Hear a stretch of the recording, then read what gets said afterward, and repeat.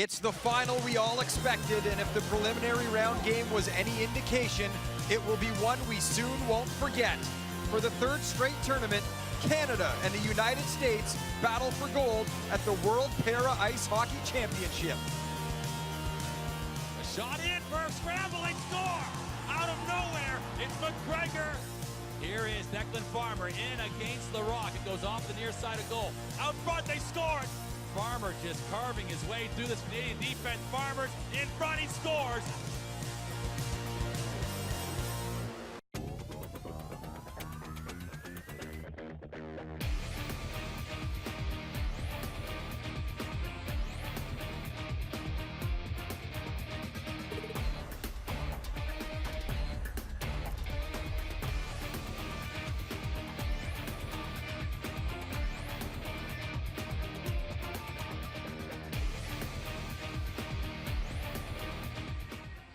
"23 games down and just one to go, and it will decide the gold medal winner here at the 2017 World Para Ice Hockey Championships.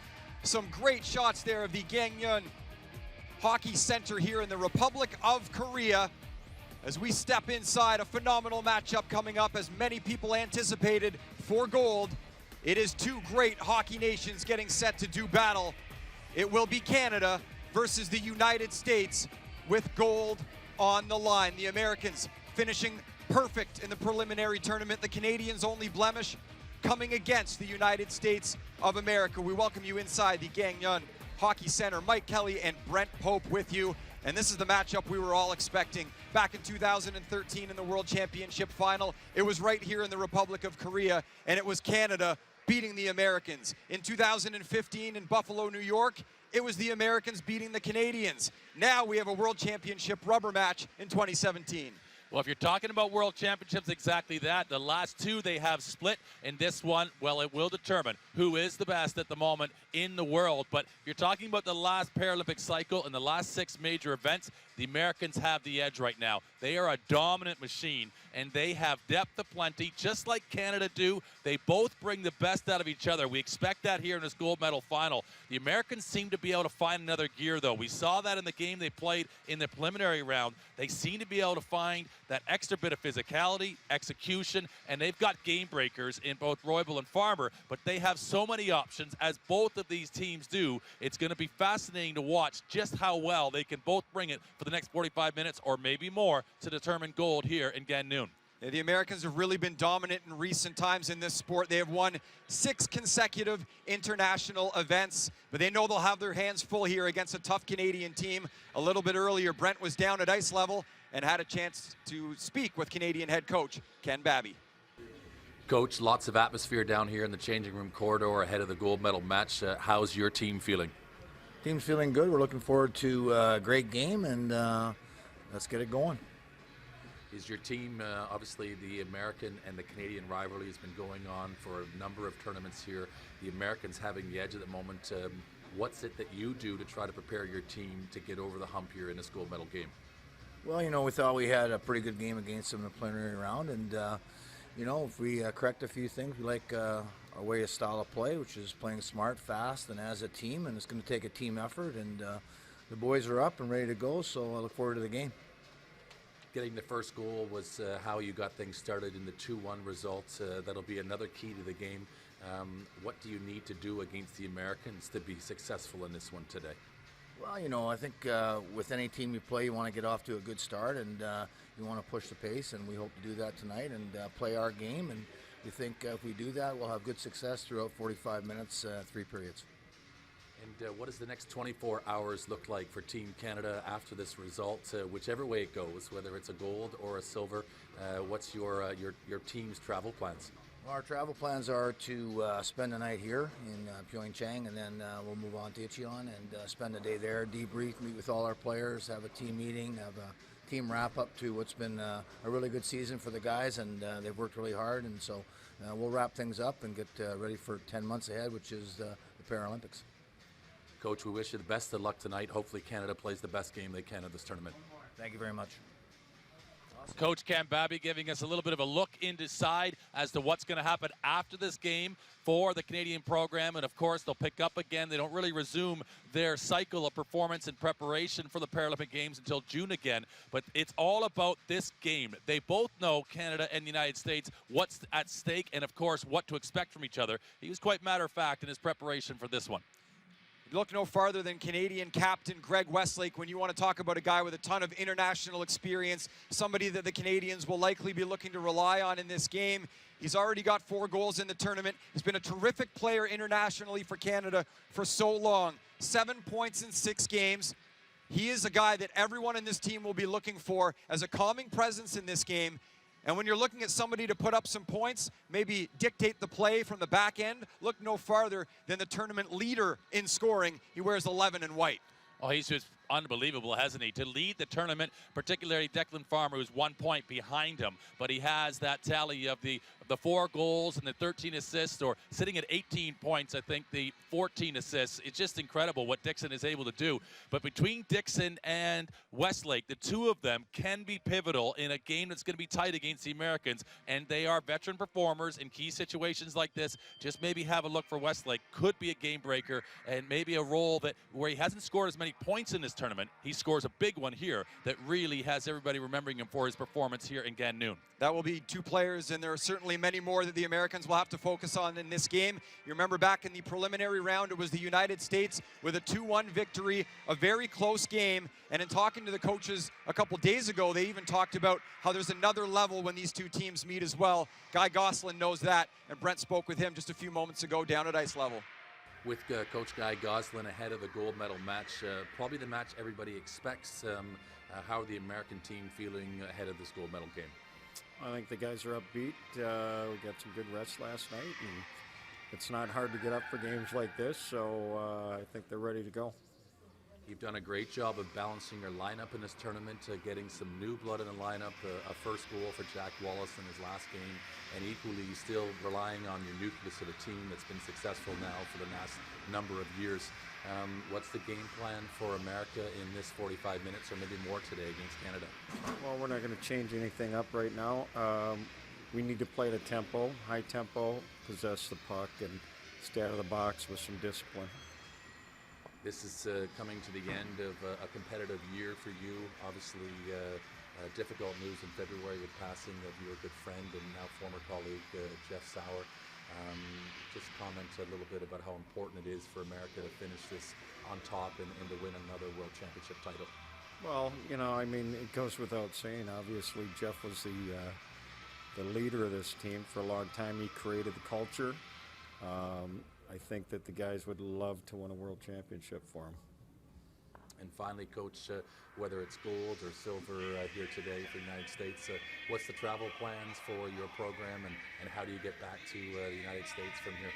Well, we're going to rest up a little bit after the game tonight, get together as a group, and we head out tomorrow morning, bus down to Seoul, and then we'll fly into San Francisco and kind of hang out for a little bit as a group, and then everybody goes to their respective homes, and then we'll reconvene in June sometime. We wish you the best of luck today, and hopefully America has their best game of the tournament. Thank you. Appreciate it very much. Interesting, of course, to get the opportunity to speak to Guy Goslin again and to obviously recognize the contribution made by Jeff Sauer, the late Jeff Sauer, who passed in February, towards the culture of this American team, towards leading them to become the best in para ice hockey. And of course, those are big shoes to fill and a mantle that Guy Goslin is taking on extremely well for this American program. But I think the entire team, from the players all the way through to the management and the coaching staff, understand that it's their responsibility to keep going and to carry the torch forward from what has been generated here within this para sport movement in the United States, and particularly within para ice hockey. Yeah, we heard some of the players talking earlier. This is about more than a gold medal for them. It's about honoring their late coach as well. So a lot on the line here for both sides as we are getting set for a phenomenal game to come. It is Canada versus the United States for gold, and in any level of hockey, that's pretty much all you got to say. We'll be back in a moment with Puck Drop.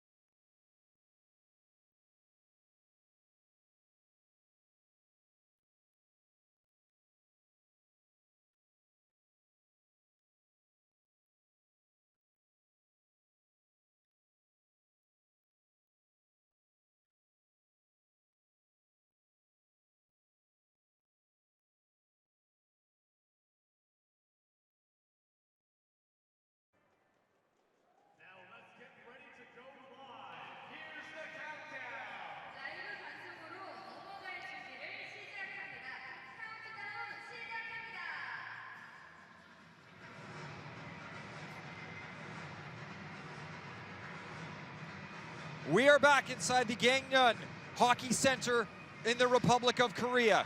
It is day 8, the final day of tournament play, game number 24, the final game, the gold medal game. Our officials from Norway, Ove Luthke. Our linesman from Sweden, Andreas Lundin. And from Austria, David Nothiger. The teams are lined up, getting set to take the ice here for the championship game. The Canadians trying to rewrite the story that has been American dominance over the last couple of years in international play. We take a look at the Americans. They have a number of game breakers in their team. The Canadians getting set to take the ice as well. Dominic Larocque will be starting in goal.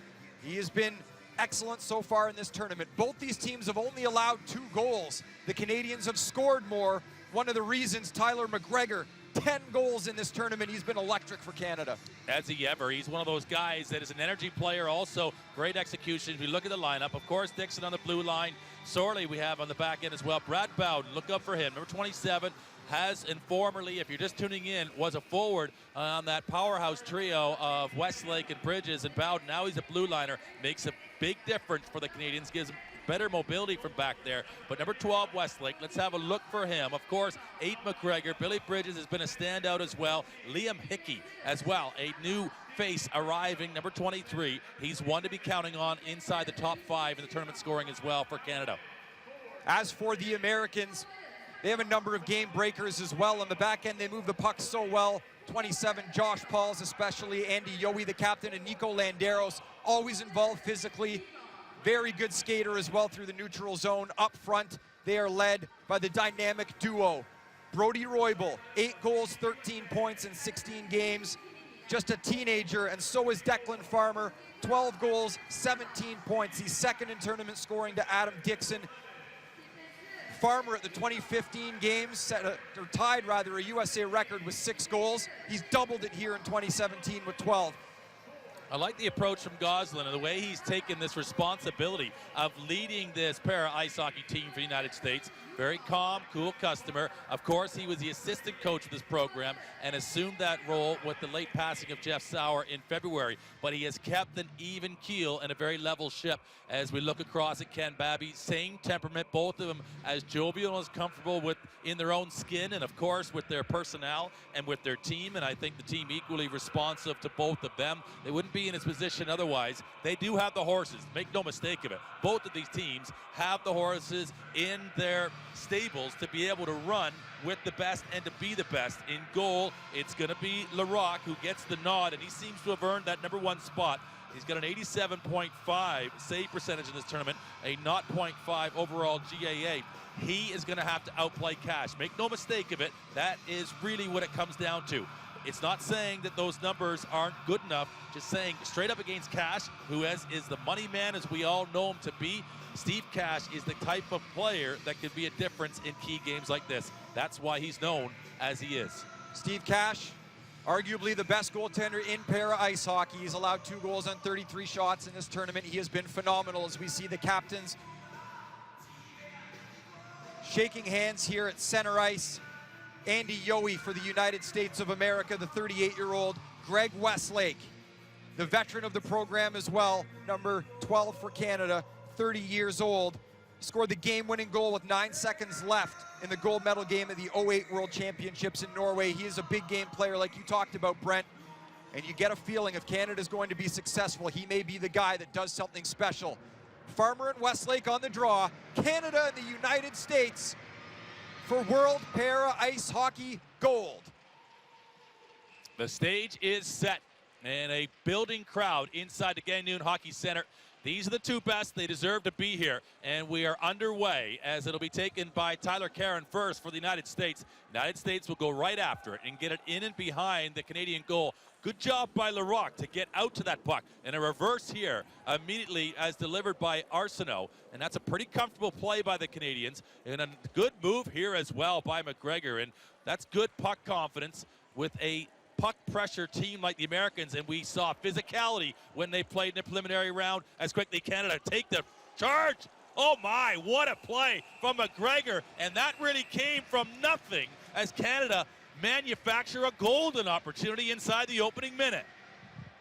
What a chance that is for Canada in the first 32 seconds. McGregor, so much speed, great stick handling, and he gets an open look on Steve Cash. The money man, not dispensing any loose change there. No rebound. And we will have a penalty here. Cozzolino was mixing it up in front of the net with Steve Cash. And the officials setting the tone here early. They only take one. Dominic Cozzolino from Mississauga, Ontario, into the box, and what a huge opportunity this is for the Americans. What a change of fortune. You're in a position point blank against Steve Cash to maybe open up the scoring, and then you followed up too tight and end up taking a penalty as Dixon rifles one down the ice, and they needed that clearance. Canada has to have a huge penalty kill here. They can ill afford an early goal from the Americans in falling behind, as it will be the U.S. from Kevin McKee in. Larocque has been very confident so far. This time he elects just to let it up, and this one won't get out as Pauls keeps it in. And a scramble. The Canadians have to get their shape here right now. They're a little bit pulled and stretched defensively. And against the Americans, you can ill afford that as it's being fed out here to Pauls. Pauls to the near side, the far side rather, to Landeros. And Landeros is an A-game player as he lays it out. Here's Landeros, and he gets handcuffed with a hot pass. And Arsenault is going to try to clear it with one touch, but he's got Landeros on him like a backpack. And this time it will go the length of the ice for Canada, and that is huge. Nice job there to clear the puck. The Canadians had a chance to clear it earlier, but a weak attempt ended up going to the point. They weren't able to get it out. Some nice passing by the United States. Ultimately, Landeros wasn't able to handle the pass, and they look to take it through the neutral zone here with speed. But right there to get in their way is Liam Hickey, the 19-year-old from St. John's, Newfoundland. He's been a dynamic player for the Canadians as well so far in this tournament. Hickey has 15 points. That was a massive collision, and Dixon might have got the worst of that one. He seems to have come out of it all right. He didn't give. Maybe Roybal does. What happens at hits like that, when a player doesn't give, they internalize that momentum into their body, and it's only going to go one place. And if you have to take that type of force and have it run through your body frame, it is going to maybe leave some pain in there as well, as Canada might have done enough just to break the back of this power play, as the skating right now from both teams is evenly matched. Great pace so far in the opening 2.5 minutes. The Canadian penalty has expired. Cozzolino onto the ice, and he's got the puck here, tips it through the neutral zone. We remember how physical this game was in the preliminary round in the 2-1 USA victory, and we heard from both sides that there's another gear still to be found. We're starting to see it here as McGregor with a physical play in the neutral zone, and Canada now on the attack.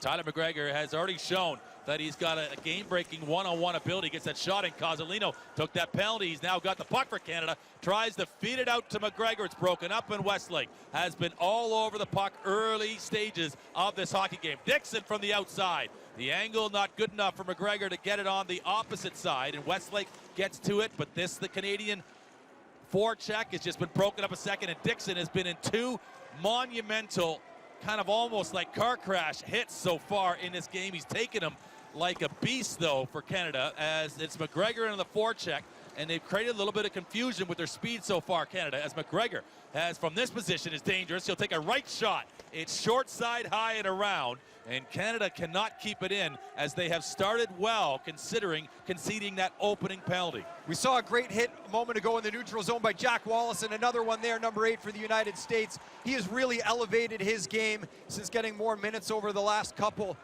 He's a really physical player for this team. He scored his first international goal with the United States in their previous game, and he's come on strong for them in the later stages of this tournament. And full credit to Guy Goslin for utilizing his full complement of players that they bring here to Gangneung. That's what it's all about. Youth as well, new players getting their exposure here in the national program for the United States, and that's entirely about what it's all about, isn't it? As we've seen a wonderful first start to this gold medal match in the opening 4 minutes. We are scoreless between the United States and Canada.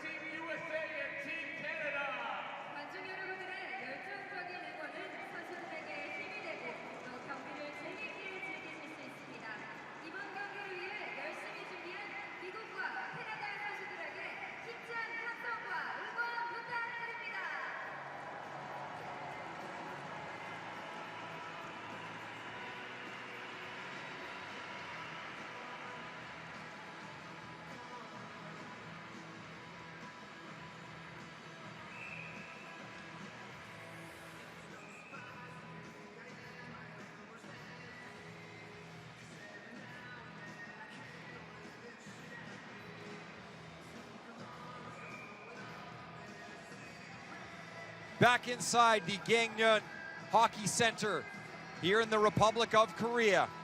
It is scoreless.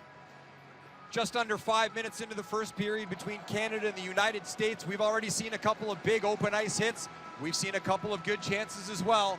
It's everything pace and momentum-wise we expected to start this gold medal game. Yeah, it certainly is. And those collisions in the neutral zone, and I was just commenting on them, I mean, there has been no quarter given. And of course you want to see that physicality, but generally you see a player that goes down. But when two players come in and they don't give as far as their bodies just end up taking the full force of it, you talk about real struggle as far as just dealing with that force. I mean, it is a challenge to overcome, let alone the speed. And these players have done well not to have had maybe a temporary setback already, as this is Declan Farmer. And this is Bowden, who just lays it out there. McGregor just gets a sense of it over his right shoulder, and Landeros is right with him. Landeros is the kind of player we saw in that preliminary game where he just laid the Canadians out when he got given an opportunity, as Bowden is activated off that blue line. He's skating well right now, and this is falling to Westlake. Westlake with a little bit of a shuffle on the backhand, and it doesn't always have to be the best shot in your bag of tricks. Getting it to the net, and if the goaltender is not ready for it, it's equally as effective. Westlake an opportunity here in front. He can't get much on the backhander. Never a bad idea, though, to put the puck on net, get an offensive zone face-off. He's the captain of this team. He's been a member of this program since 2003, and he was named the most outstanding forward the last time that Canada won a World Championship gold. That was at the 2013 World Championships. That was also the last time the Americans have lost a game in a World Championship. He'll need to have a big game here. Oh, he's flying, Declan Farmer. 12 goals in this tournament, a new American record, all-time leader in World Championship points for the mighty USA.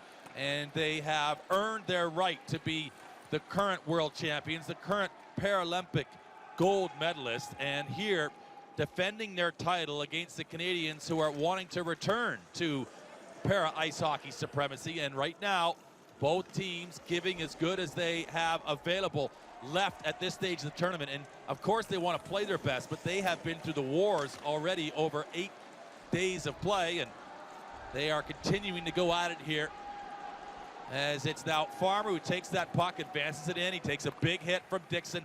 Dixon has been, as he leads the tournament in scoring, he is the biggest hitter so far in this hockey game for either side. It's amazing. We've talked already about a number of players who could be impact players in this game, and there's still a number more we haven't talked about. Billy Bridge is on the ice, 13 points in 6 games. He's been unbelievable.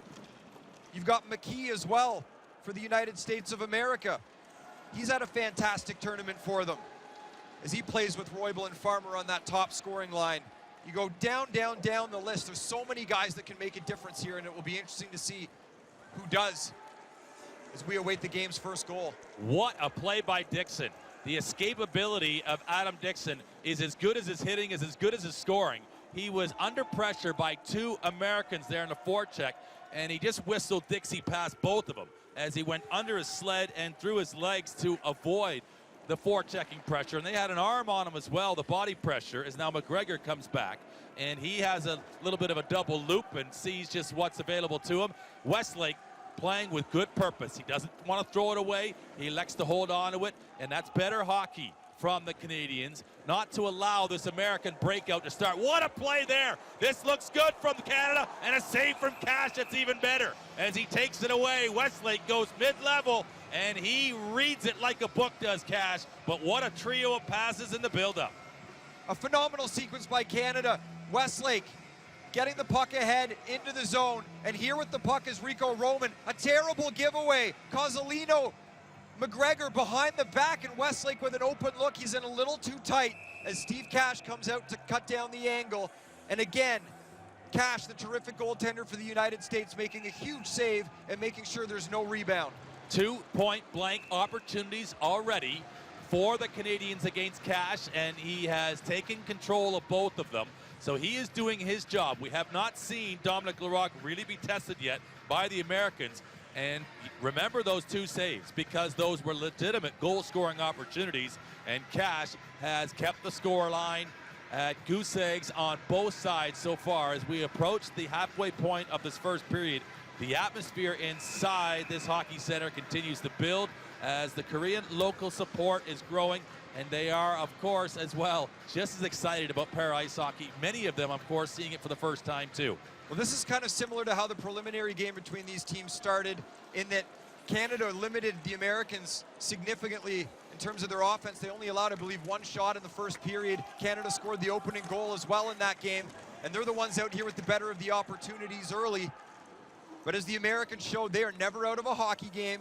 They've got game breakers on their team that can flip a game on its side quickly. Well, that's what Steve Cash does. He buys you time until you get going at your full throttle, which they are capable of doing.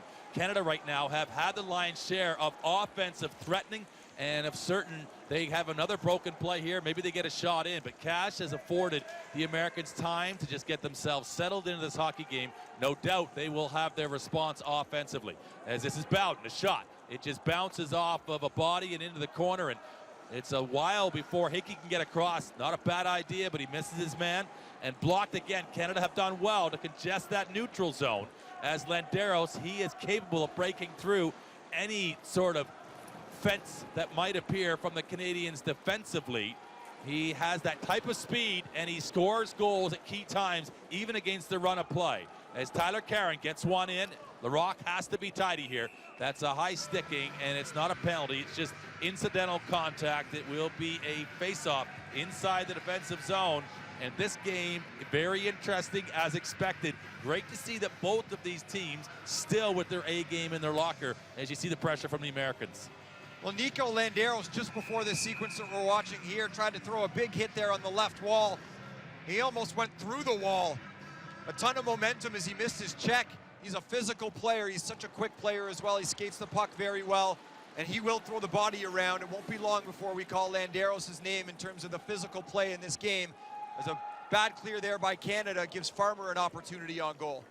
And you don't want to do that, as Declan Farmer can generate his own chances, and he will, in fact, take them from you, too, even when you think you've got things under control, as this is better. Westlake has had a very smart game so far. Great leadership, quietly going about his business, but he got that great shot off here as McGregor and Westlake have been tidy. And this is the speed of Declan Farmer, the feed out front. And now on the end of it is Josh Pauls. This is dangerous for the Americans. And where are they? It's a great save from Dominic Larocque. And Larocque will take huge heart from that one, as that is his first real test of the game. Pauls thought he had scored, and Larocque squeezed the pads. A lot of people in the building thought that was in the back of the net. Paul certainly did. He'll have a look on the replay. We'll have a look when we come back. 5:45 to go in the first.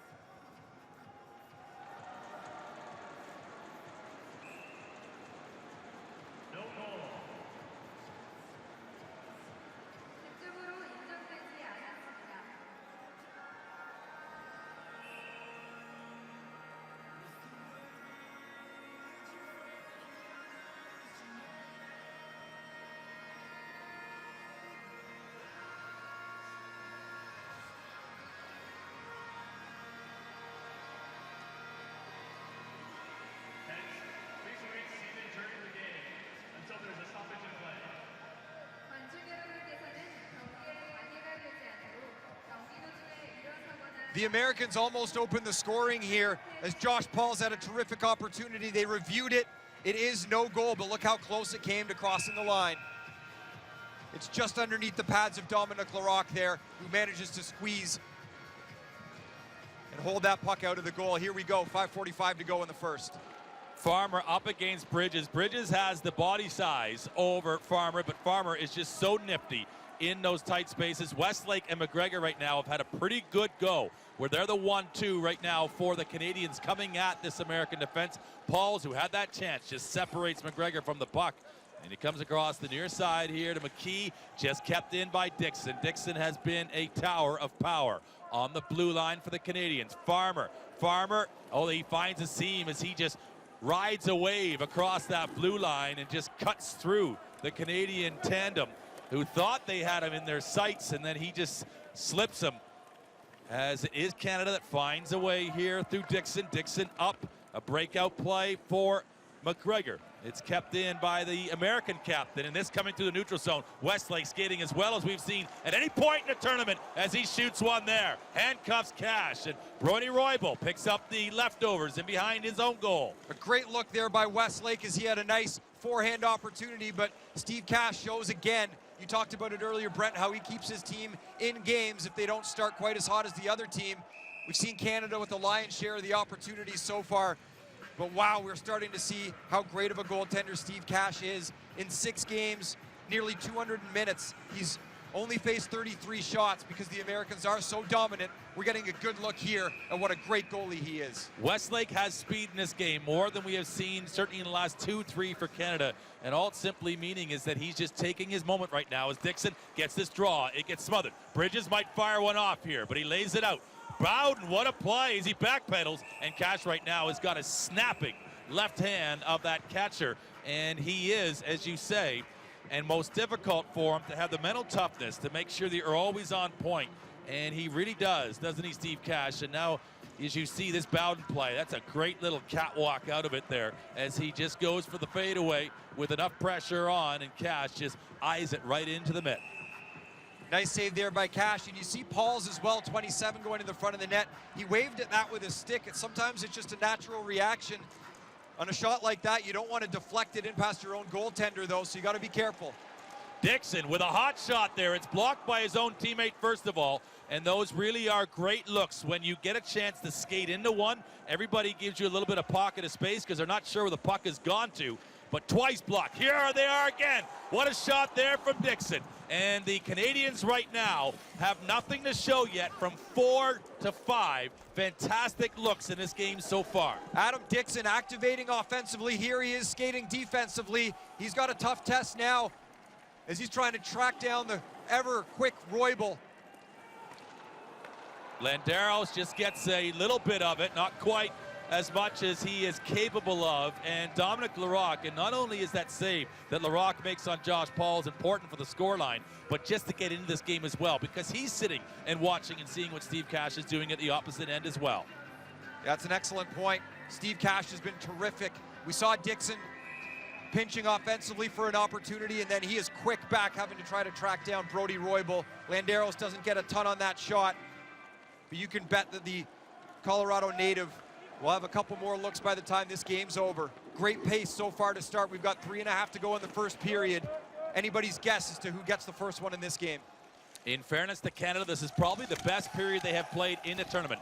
They've had overwhelming victories, a 17-0 scoreline. They tie their own record at World Championship level. But as far as a clean performance from top to bottom and managing the puck, they have been clinical so far, but they have nothing to show for it on the board. As Wallace just makes a late play, and he puts his own teammates offside, and he will, in fact, now have to circle back as great skating so far from McGregor, as he will just lug the mail right now, and a shot left-handed. He gets hit hard by Landeros, and Landeros has a fantastic physique on him, and as we say, he's so capable of bringing that physical element, and he gets a good shot in on McGregor there. Nico Landeros saying before the tournament, I don't like to be second or last, I just want to be first. He's doing everything he can to make sure the Americans finish first here yet again. In 5 international events for the United States, he's finished first 4 times, 1 silver. So he's got a winning pedigree, he's used to winning, and he's doing what he can in this game. We've seen him with an opportunity offensively. We know he plays the physical game, a real key contributor for this American side. And the American team, of course, has quite a military presence in it as well, as Arsenault has taken this one, Bowden, and they equally have some support from, this is Bowden scores, and that's come from nowhere. Brad Bowden has rocked the house with an opening Canadian goal, and you talk about a pocket rocket. He ripped her into the top of the hammock there. Brad Bowden, look at the moves. Left the window open last night and caught a case of dangleitis. He goes around everybody and puts it upstairs over Steve Cash. Bowden getting Canada on the board early here in the gold medal game with 2:43 to go in the first period. What an effective player he is on the back end for Team Canada. Brad Bowden, second goal of the tournament. He's got 8 points now in 7 games. And once again, the Canadians have scored first against the Americans here at the 2017 World Championship. Well, you talk about a goal from Bowden that's as good as he has taken in this tournament for sure, as that is a confident moment and a well-taken one by the Canadian blue liner now. He's been doing it for a generation up front, as we talked about with Westlake and with Bridges, and a strategic decision probably on the back of the success that the Americans have enjoyed with Josh Pauls, Landeros, Andy Yohe on the blue line. And that movement now for Canada and that stepping in from the blue line play there from Bowden is instrumental. Of course, it's given them the lead as we're just outside of 2 minutes remaining in this first period. And Canada maybe, well, they're glad to get something from all of the offensive zone time and shots that they have had. They've had legitimate goal-scoring chances prior to that one. And Billy Bridges right now, some great puck movement. We've seen the Canadians very confident moving the puck. Here's Hickey with an opportunity right at the goal, and Hickey scores. Canada stunning the United States as they take a 2-0 lead in the first. And Liam Hickey has a laser in his right hand as he has just burned one right across the surface of the ice, and that might left a water trail as Hickey steps and rolls and twists Andy Yohe and scorches one right to the wickets of Steve Cash, and he's been broken for back-to-back jacks, and Canada now getting a return for all their early pressure in this first period of a gold medal match. Liam Hickey with more patience than a doctor as he waits, and goes low. An incredible goal, and the Americans face their first 2-goal deficit of the tournament. And how can you believe, with what we had seen leading up to that stage, that Canada could find a way with 2 absolute rockets, well-guided shots potentially there for Steve Cash. He might like that one back, but of course, as we see so often in para ice hockey, the expectation of an elevated shot, and maybe he does rise up there, and that one just sizzled over the surface of the ice. I think you absolutely nailed it there, Brent. So often these shots go high. They try to go high glove on these goaltenders, and there's a good chance that Cash was expecting something up there, and just for a moment it caught him off guard, and that was enough. So how about that? Canada, who looked as though they were coming up dry for all of the work they had put in so far, and of course that's deflating in itself, as this is a difficult one, but Larocque, as we remember back now to that Josh Pauls breakaway save, how important is that to have kept it at 0-0 at the time? He gave his side an opportunity to be able to keep working and to focus their game plan and to believe that they could find a way through Steve Cash, and that is difficult, as you see in this tournament. Not many can. As this for Wallace. Wallace with another idea very similar to Hickey's. As he goes heavy and hard, does Wallace, who scores his first World Championship goal, and that's not a bad response from the youngster for the USA. Wallace has caught the eye of his head coaches and his coaching staff as he has got more ice time as this tournament's gone on, and a really nice shot here as he goes right to left, trying to go low as well. The Americans looking to answer back here with 43 seconds to go in the first period. And this is hard to believe, really, for the Canadians, and maybe it's not meant to be a criticism. It simply is a compliment to the Americans and how dominant they've been over the last couple 3 years and the last 6 international major tournaments, their dominance over Canada. Is there a changing of the guard at these World Championships in Gangneung? Certainly a couple goals for Canada will give them a chance as we are nearing the end of this opening period, and it is Dominic Larocque who sets it up again for Dixon. And Canada have been so clean and sensible. Maybe they give one up loose here, but their puck support has been outstanding as Bowden is right there. The seconds tick down here in the opening period. A shot deflected wide, and the Canadians stunning many people here at the Gangneung Hockey Center as they take a 2-0 lead into the first intermission. Larocque, you talked about how big that save was when it was 0-0. The Canadians up 2-0. We'll be back with highlights and analysis in just a moment as we continue the gold medal game.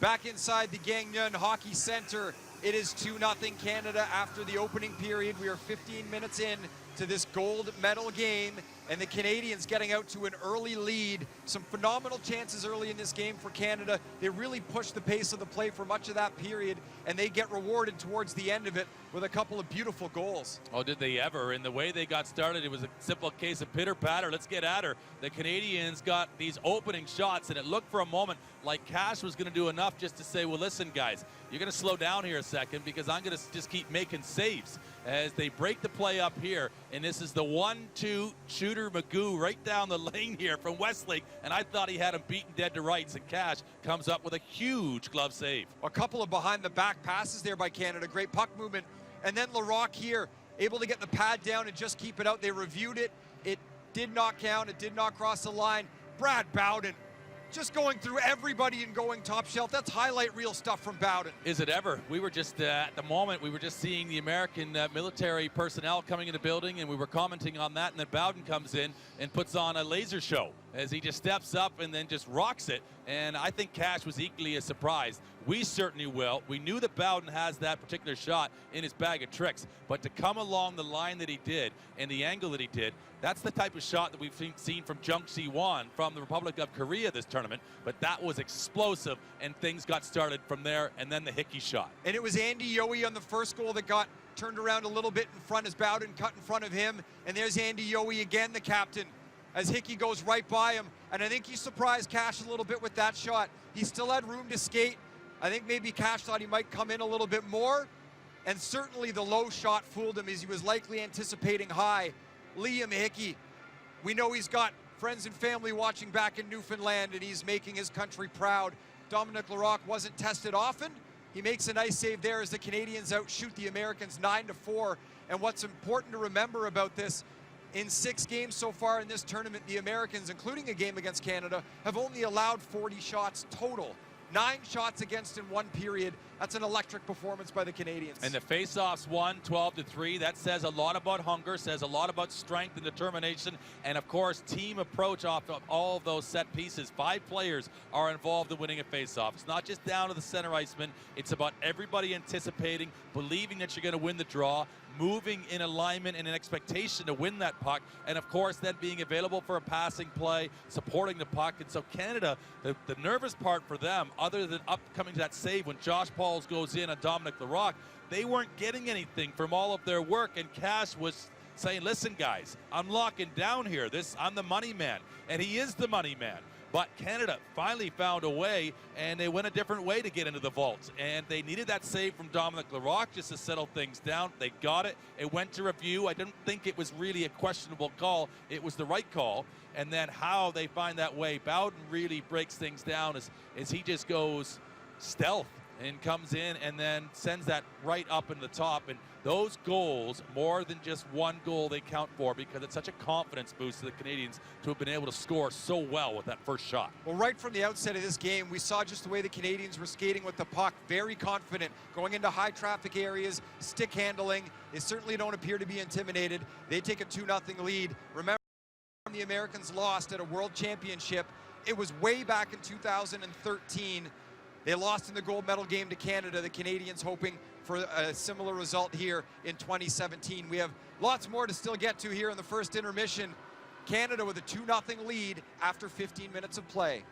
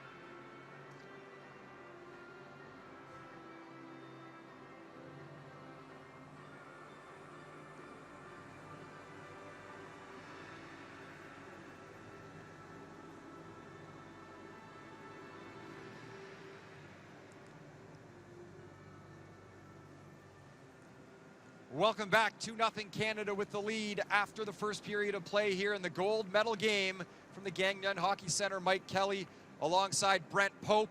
And we'll take another look at these goals and a couple things to focus on. Number one for Canada, Billy Bridges assisting on both of them. He's been so dynamic, but Andy Yohe as well getting turned around a couple of times.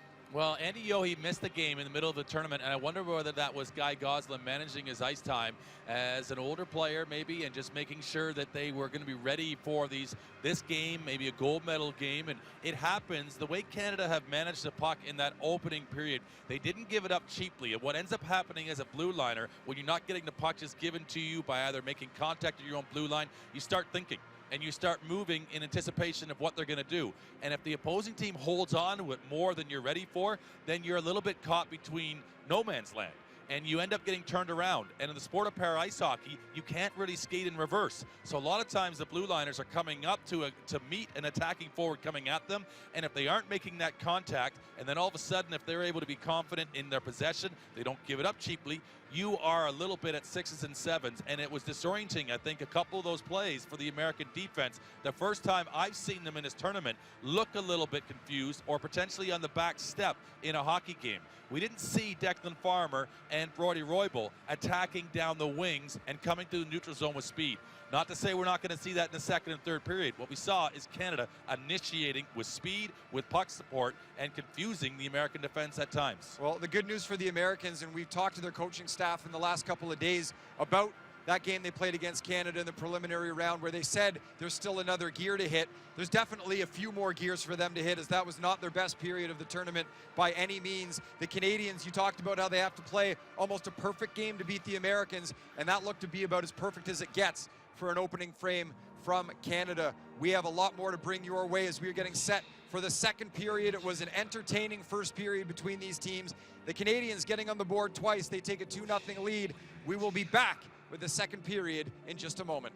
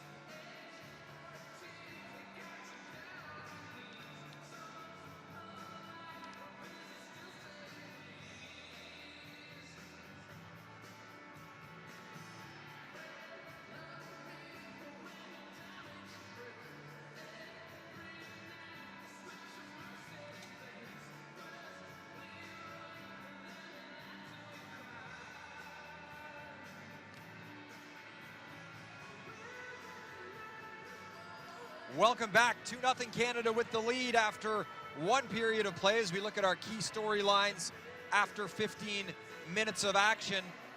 And it was fast and physical, no question about it. Both teams trying to dictate physically.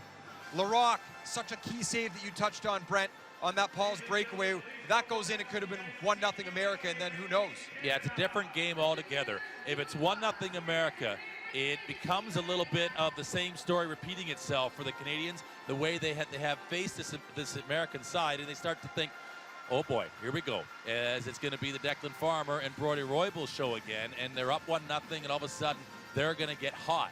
And what happened as a result of the save is that, okay, Cash has made 3-4 point-blank saves. Larocque has made his save straight up against Pauls, who's a world-class player. Okay, we can settle down for a moment. And I really, to be quite honest with you, the Bowden shot still surprised me. I mean, Bowden, that's his second goal in the tournament, and he hasn't picked a better time to score one, has he? As to come in a gold medal game and to knife it in there. It was not only the location of it, but it was how strongly he took the shot and the element of surprise as well. The combination of those three, between the accuracy, the surprise, and the power of it, that really, I think, gave the Canadians a whole lot of confidence that they could find a way. Well, he dangled about half the American team as well. It was a great goal by Bowden. We take a look after the opening period. Each team dresses 13 skaters, both teams only playing 10. Not entirely surprising, save for Adam Page, who played one shift for the Americans, 46 seconds of ice, but essentially both teams just riding their top 10 players. Expect to see more of that as this game goes on. Declan Farmer, Brodie Roybal right around the 10-minute mark, and we really didn't call their name too often. They've got 30 minutes left to make a difference for this American side, and boy, are they capable as they start out here with Kevin McKee going up against the Westlake line for Canada. We're set to drop the puck on period number 2. Here we go. Yeah, they are capable of breaking this game straight back for the United States. And make no mistake of that. This by no means is going to be Canada going away and running and hiding. The Americans are going to turn over every stone in this hockey game to try and find this Canadian team and to try to open up, of course, their score to start. But it starts with one goal, as right on the forecheck. That's a great play by Arsenault.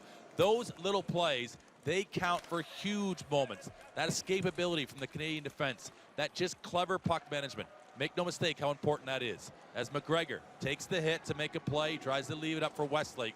Westlake and McGregor have been the two, really, for me, that have set the table for the Canadians in their overall management of where the puck has been on the ice and equally how it's been on their stick. There's a penalty coming, and I think both Westlake and the American player, and it's going to be Tyler Caron, I think they both just are going to go and sit and cool it down, as the official was right on it and said, listen, boys, better just settle as we get ourselves into this one. Coincidental minor penalties here for roughing as the battle gets a little bit too intense. The captain, Westlake, and Tyler Caron of the United States. So the officials take both. They know how physical these teams are, especially when they play against each other. They want to make sure that they set a tempo in this game, be very clear about what is permissible on the ice and what isn't. So we will play 4 aside now as Steve Arsenault with an opportunity. He drops to Billy Bridges. Bridges is heavy. He can shoot hard. He'll fire. He goes low, and that low has worked well. You've seen a couple of times both of these teams have been trying to upset each other by just tipping their sleds up and over, and you see the players going onto their backs almost like a turtle being flipped over onto its shell, and that's a very difficult position to recover from. But it's a little bit of them just sort of tripping each other up here right now as the gamesmanship goes on between these two sides. They know each other all too well, as this with extra room on the ice. It's Landeros getting turned around, but he'll play heavy up against Hickey. And Bridges is now trying to hunt down and see if he can't close down, put some puck pressure. This is a delayed offside, and coming out, he's trying to just control Farmer's speed. What a hit by Arsenault on Josh Pauls. That's a crushing hit from Hickey as he just absolutely demolished Farmer, the biggest hit that he's taken in the tournament. Brodie Roybal drops it off, though, for Farmer. You talk about a play there as he tucks that in like a 4x1 relay runner and hands the baton off to Farmer in tow. But you talk about taking a hit to make a play. We saw 3 huge hits here in a very quick sequence. Here's Roybal. He gets jammed up in the middle of the ice. He knows the contact's coming there from Bridges, but he does a great job to get it to Declan Farmer. He's got a quick release, but equal to the task is Dominic Larocque. So Farmer takes the big body from Hickey. Farmer loves to give it too. He got involved with Chung Si-won, the Republic of Korean player, and Chung Si-won took a little bit of a liberty with Farmer and caught him across the shoulder. And these players have long memories, and in fact, they don't necessarily need to utilize them as they generally find a way to get right back at it. Well, a huge hit right there from Steve Arsenault in the neutral zone, and another big hit from Liam Hickey. but then a great job by the Americans to get the puck back and create an opportunity for themselves. Was it ever? The resiliency to get back into play, because in that situation, Declan Farmer, we've seen, he can go right up rooftop, Rocky top, and off the bar and down, and it was a great glove save from Dominic Larocque. But this is Roybal. The Canadians need to get to Roybal before he takes speed coming out of his own zone. And this is now he's moving. Once he gets into the fast lane, there's a huge hit from Dixon as they are buckling up the Americans right now with the hits as they come across the blue line. The Americans had the better of the Canadians in fairness in the preliminary match. It was Landeros who was setting the pace there. But now the speed game comes as Roybal through the neutral zone. He's got Pauls in the middle. Roybal tries to cut to the inside, and he's drawn a penalty against Dixon as they have been going cross-body against the Americans. The Canadians defensively making sure to make the Americans pay the price. The coincidental minors just expiring, and this is the speed of the Americans. They use it to their advantage. Here comes Roybal. He's so quick, and Dixon just a little bit late getting there. He's forced to take the penalty as he trips up Roybal. And now a phenomenal opportunity for the Americans, who have really started to carry some of the play here in the second period. They have a man advantage as they send out their second unit, but it won't be long before we see the big boys out again for the United States. This is imminent danger right now for Canada, as the USA are not a team accustomed to, of course, A, being in the deficit behind an opponent, or C or B, having that happen for too long or go on for too long. They're going to find a way to get on the board here, and with a power play, you'll expect that right now, certainly they're going to build some momentum towards that. Well, a nice play here behind the net by Larocque. Anytime there's a question, just cover it up, get a whistle. Especially when you're killing a penalty, it gives you an opportunity to change a couple of guys. They do exactly that as the Canadians and the Americans will switch lines. Another look at Arsenault and Wallace, two of the more physical players on this team. And as we talked about just a moment ago, it won't be long before the big boys are out for the USA. Minute 31 to go in the power play, and here they are. Wallace is a huge body. Arsenault gives up some size there and some weight. He does well to knock Wallace off. Yeah, he's a younger player, but he certainly has a huge frame on him. As now, this is the Americans who are coming out with some speed. They've advanced the puck well. Neutral zone, the offload here from McKee. McKee looking for where his option. Arsenault has had an outstanding hockey game, as going deep into the corner and slamming hard is Kevin McKee. Landeros, ever resilient, comes in. He offloads it again, and Arsenault is becoming a thorn in the side of this American side. What a slap clearance there by McGregor as he punishes that puck down the length of the ice, and that's a massive clearance. Canada gets one player off. Westlake comes off, and now this was Hickey. He was trying to catch a piece of Paul's, and Hickey is just returned back to make sure he applies the pressure. Arsenault having his best game of the tournament right now, for my money, as he's got Farmer right on him, and he keeps it in tight. Gets it up. Westlake needs to find a clearance here, and not sure who's lost their stick. It's Declan Farmer. And it's still going. Westlake needs to get this out for Canada. And McGregor will return, and he will, in fact, help his teammate inside of 15 seconds on this power play, as you can see. And returning to the ice in a second will be even strength. It's Adam Dixon in there for Canada, as this is a little bit slow coming through, but doesn't take long for an opening to appear in a crack, just simply by the speed of this American offensive power line of Farmer, Roybal, and McKee. Arsenault will go and get this puck into the corner. He gets hit hard. He gets bounced off the plate. He finds a way, though, to respond. And Dominic Larocque has been very comfortable playing the puck with a stick in this game, more noticeably than in the game in the preliminary round, is Dixon. That wasn't a great idea there by Larocque as he turns the puck over, and now the Americans with their top unit on the ice are able to start cycling. Should have covered that puck and got his team a whistle as they had just finished killing a penalty, and Landeros throwing his weight around. The Americans looking to build on some momentum here. That hit from Landeros was like a wrecking ball right into Arsenault, and that slowed him up. Arsenault was feeling that one. He was slow to get going. He lost his stick, and he might be sore, as here comes Hickey right through three Americans, and they find a way at the end just to squeeze him off into the jaws of life, and they make sure that he goes no further. Hickey's so dynamic. We've seen him already in this game making an impact for Canada. And just when you think he's running out of room or there may not be an opportunity, finds a way to get all the way in front of the net, can't get the shot as the Americans squeeze him out nicely, but Liam Hickey, so dangerous whenever the puck is on his stick for Canada. And Josh Pauls tries to play it in. It's Dixon who's out there, and Dixon pretty much all over the ice when he is. He logs heavy minutes. He logs the puck on his stick.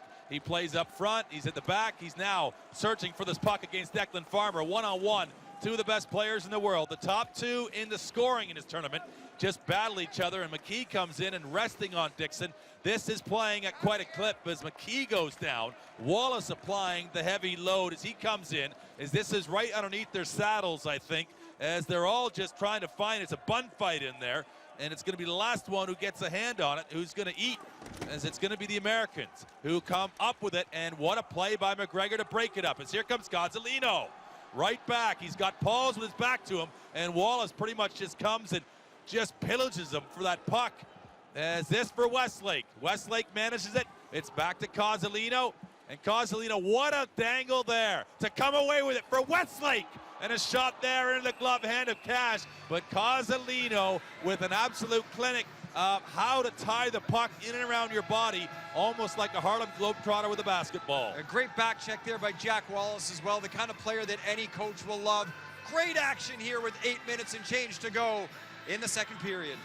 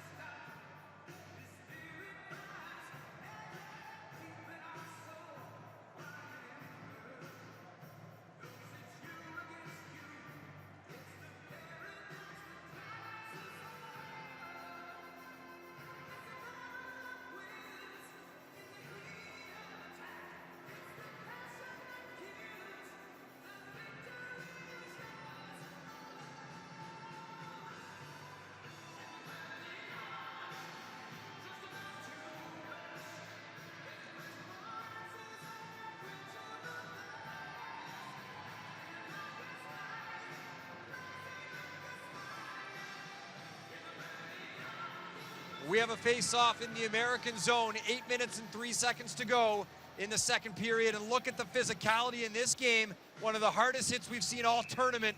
Arsenault slow to get up on that one. Well, the slow-mo doesn't do it justice, because he came in at such a clip that I was concerned that maybe Arsenault was going to end up with a potential separated shoulder. That was a ferocious arrival by Landeros as he explodes into hits. He actually, in the last couple strides before he goes to win a hit, he gets even faster. And he accelerates through hits. And we say it sometimes in hockey called a reverse hit, where the player who's going to get hit surprises the hitter. In that instance there, it was just absolute drive time from Landeros. As here comes Delaney. Delaney getting roughed up by Wallace. Into the corner here, as Bowden will just punch it over. This is a good play, as it just opens up the near side by Canada, as they have managed this puck in this hockey game, the best that I have ever seen them handle the puck, as Bridges shoots one into the corner. They will take a big body blow there between Karen, and now coming up is Rico Roman, as this has been a very well manufactured and polished performance from Canada so far. They are deserving of their 2-0 scoreline. And Cash has also been unreal in goal in the saves that he has made. You see that these two teams, they have a healthy respect for each other. We'll say that first. But there's no love lost between these teams, and it's no surprise anytime Canada and the U.S. meet in any variety of hockey, whether it's men's hockey or women's hockey, para-ice hockey, whatever it may be, junior hockey. These teams always battle hard, and anytime there's a battle for the puck on the boards, you just see the tempers start to flare. There's a physical collision as a pair of American players run into each other, and Paul Shaws might have taken the worst of that one as he goes off. Oh, it's a play in. Here's Bridges out to McGregor. He scores! And what a play from Canada as they benefit from the cocoa bomb of the two American players, and they take it on the rush, and McGregor's a magic man on the left hand. More phenomenal passing. Here we see the Canadians starting out with the puck. There's a collision between the two American players. Shaws takes the worst of it, and here comes Bridges, already with 2 assists in the game. He finds Brad Bowden, head up the entire way, off to Bridges and back to McGregor. Bridges takes a hit to make a play, and there's some more phenomenal passing by the Canadians. It's a 3-0 lead. The Americans are stunned, and Tyler McGregor has his 11th goal of the tournament. An absolutely beautiful passing play, the Hamilton, Ontario native, giving Canada a big lead here midway through the second. Here he comes, McGregor's going back again, and he finds a way to score. And he is providing the hammer from Hamilton, Ontario. Tyler McGregor has just gone back-to-back with huge jacks in a gold medal game. It's a gong show at the Gangneung Hockey Center. The Canadians elated, the Americans stunned. We talk about taking hits to make plays. Bowden does just that. McGregor battles the puck away. He's hauled down by Josh Pauls, but it's of no matter as he battles his way into the scoring area, gets a shot on goal. Kickstart My Heart playing on the loudspeaker by Motley Crue. And boy, have the Canadians kick-started their effort here in this game with a 2-goal second period, a 4-0 lead on a stunned American team. Canada right now lighting up this building, and the energy inside is something that they have not enjoyed in some time. Since the 2013 World Championships, success to this level, not even then did they have such a run of good form and momentum on their side, as this is a performance that they will historically be looking at as just a triumphant return for all of their good work and patience, as they have applied a game plan and they are right now absolutely executing it to perfection. Well, for the Americans, there's still nearly half a hockey game left, so there's lots of time. 5.5 minutes to go here in the second period. But they have got to find a way to slow this Canadian team down, as all the momentum is on the Canadian side. And it is imperative that the Americans get the next one here if they want to try to reverse their fortunes. Remember, the United States has not lost at a World Championship since the gold medal game in 2013. And there's a good play, a little shovel across. They need a little bit of good luck and a little bit of puck luck. They can create it. Farmer goes up, and there from Dominic Larocque, he'll just snafu her down and settle her down, as it'll be a face-off in front, and we'll have a little break as well. Can you believe it? 4 goals for Canada, nothing yet for the United States.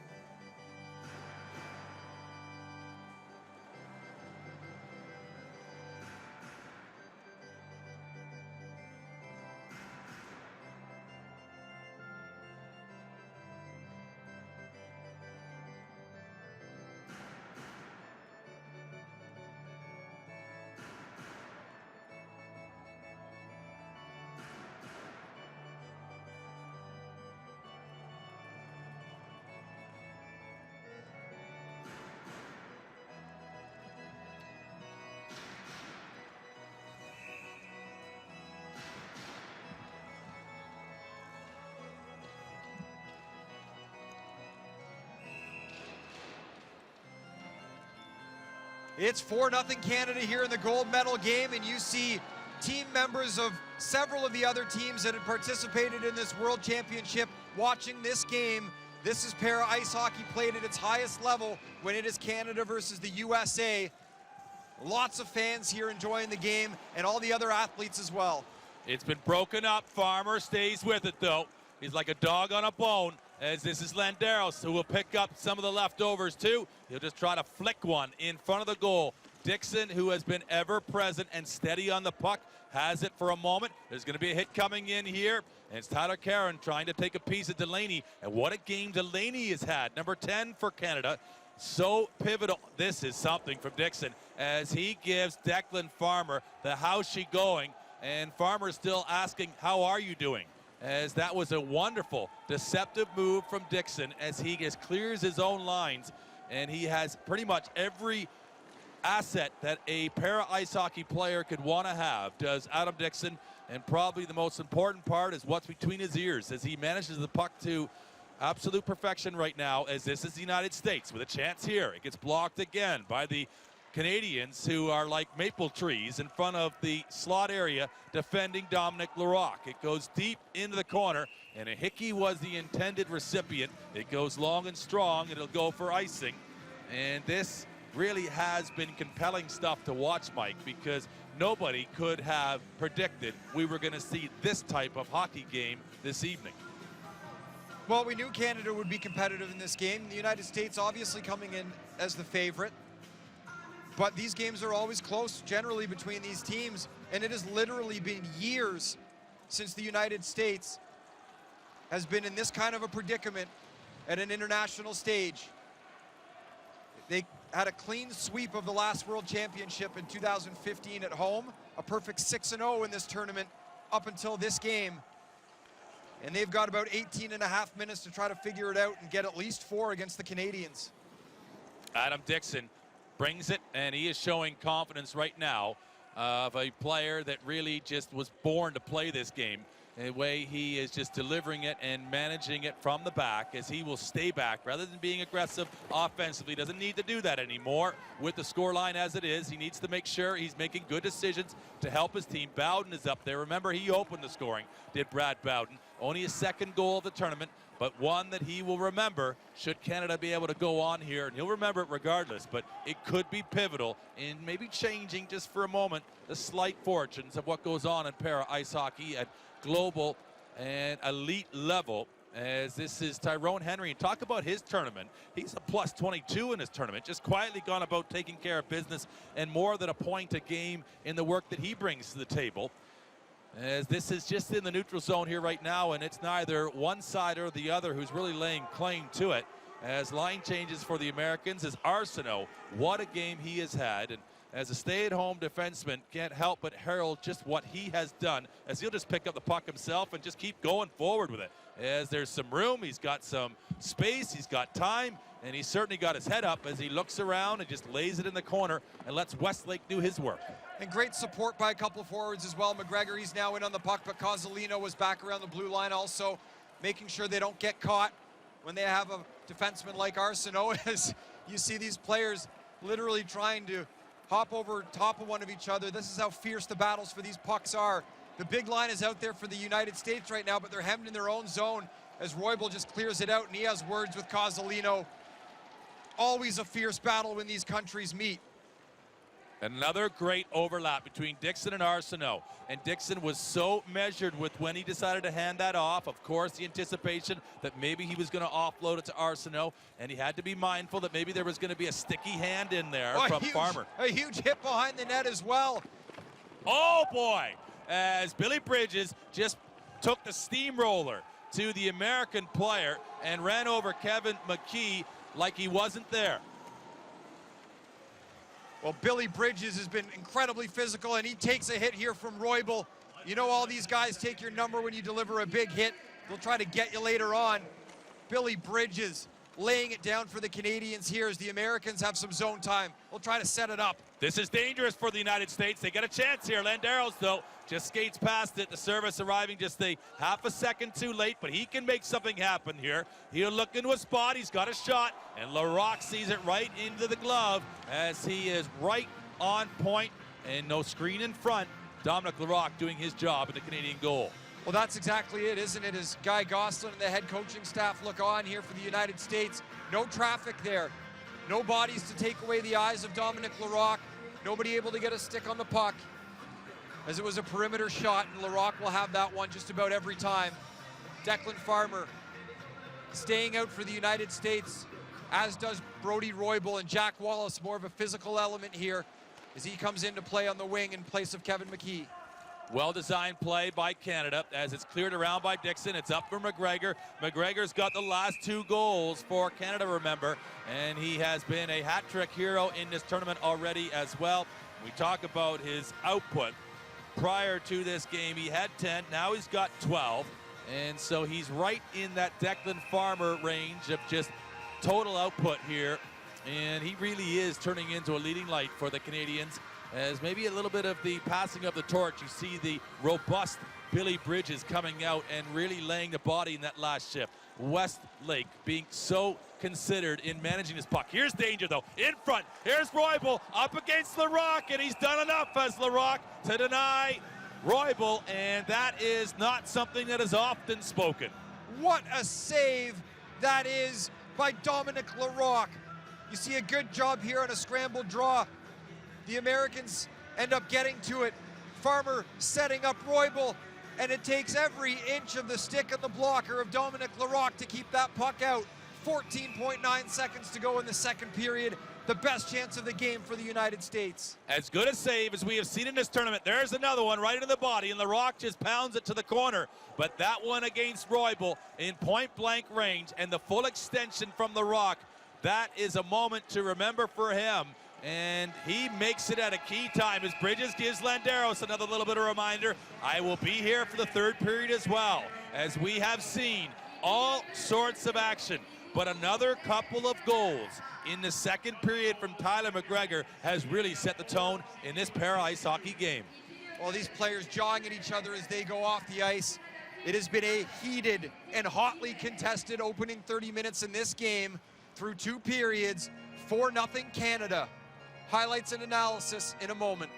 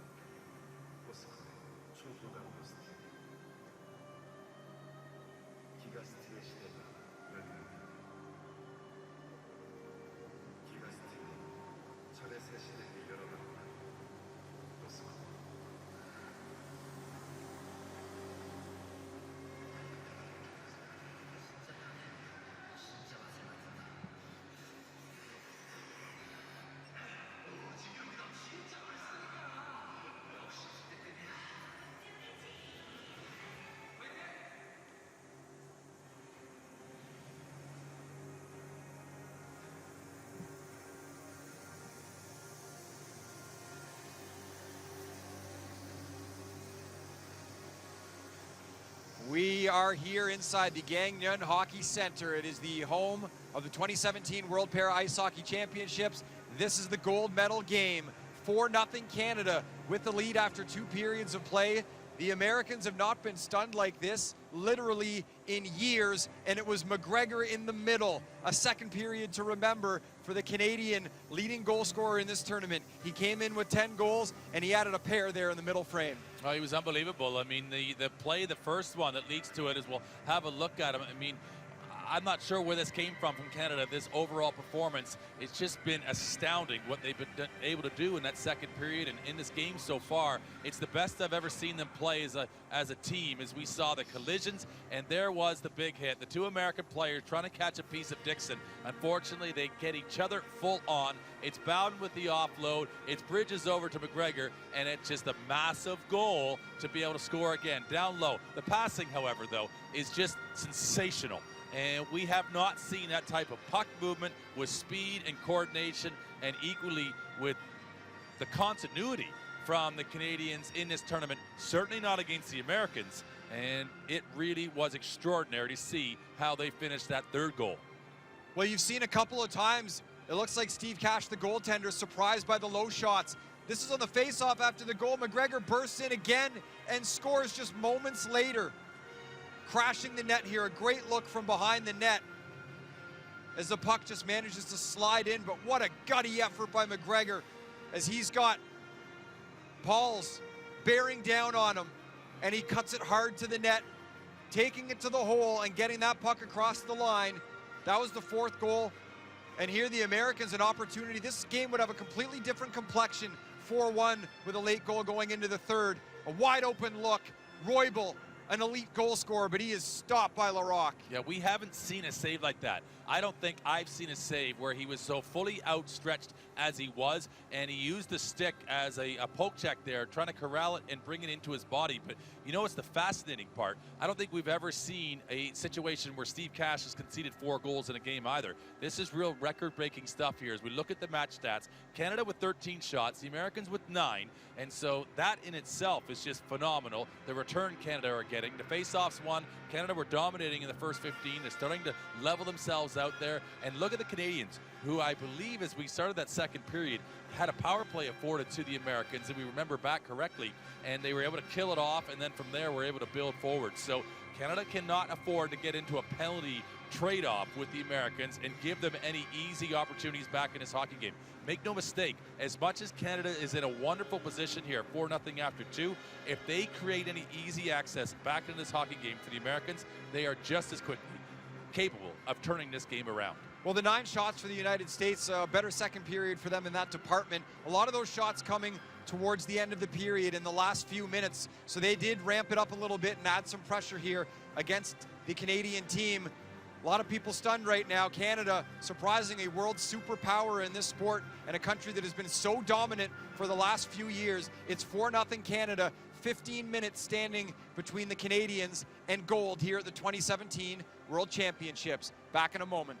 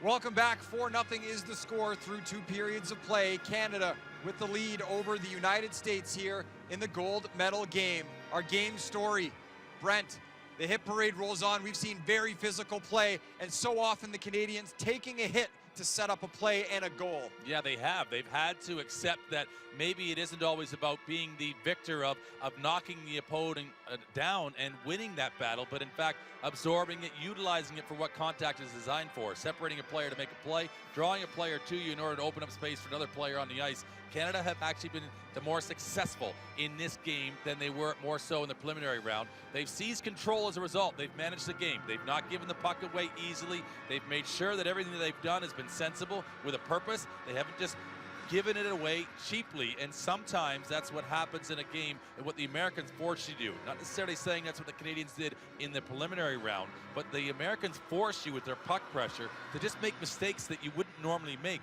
and that didn't happen and hasn't been happening, and that's really been setting the table for Canada in this game so far.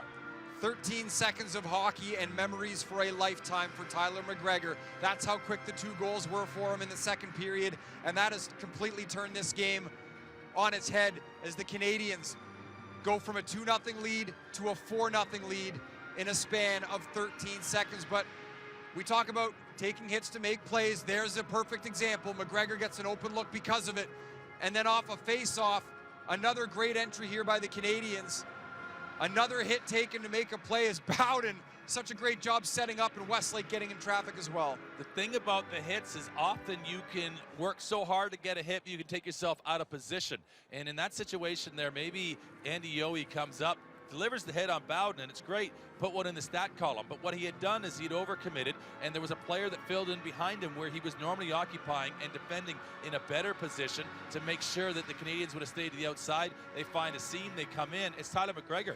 And of course he finishes, and we all know that's what happened, but his finish was incredible to stay with the play. It's one thing to finish and his finish with style, but it was his resilience, it was his determination and his commitment, and then equally to beat Steve Cash again for a 4th goal when you just had beaten him a moment ago. 3 of the goals on Cash have been down low. The Bowden one got things started with the party up high, but it's been 3 successive shots down low that have beaten Steve Cash. I'm not saying that's a weakness, but certainly that's not generally where you see the shots in para ice hockey.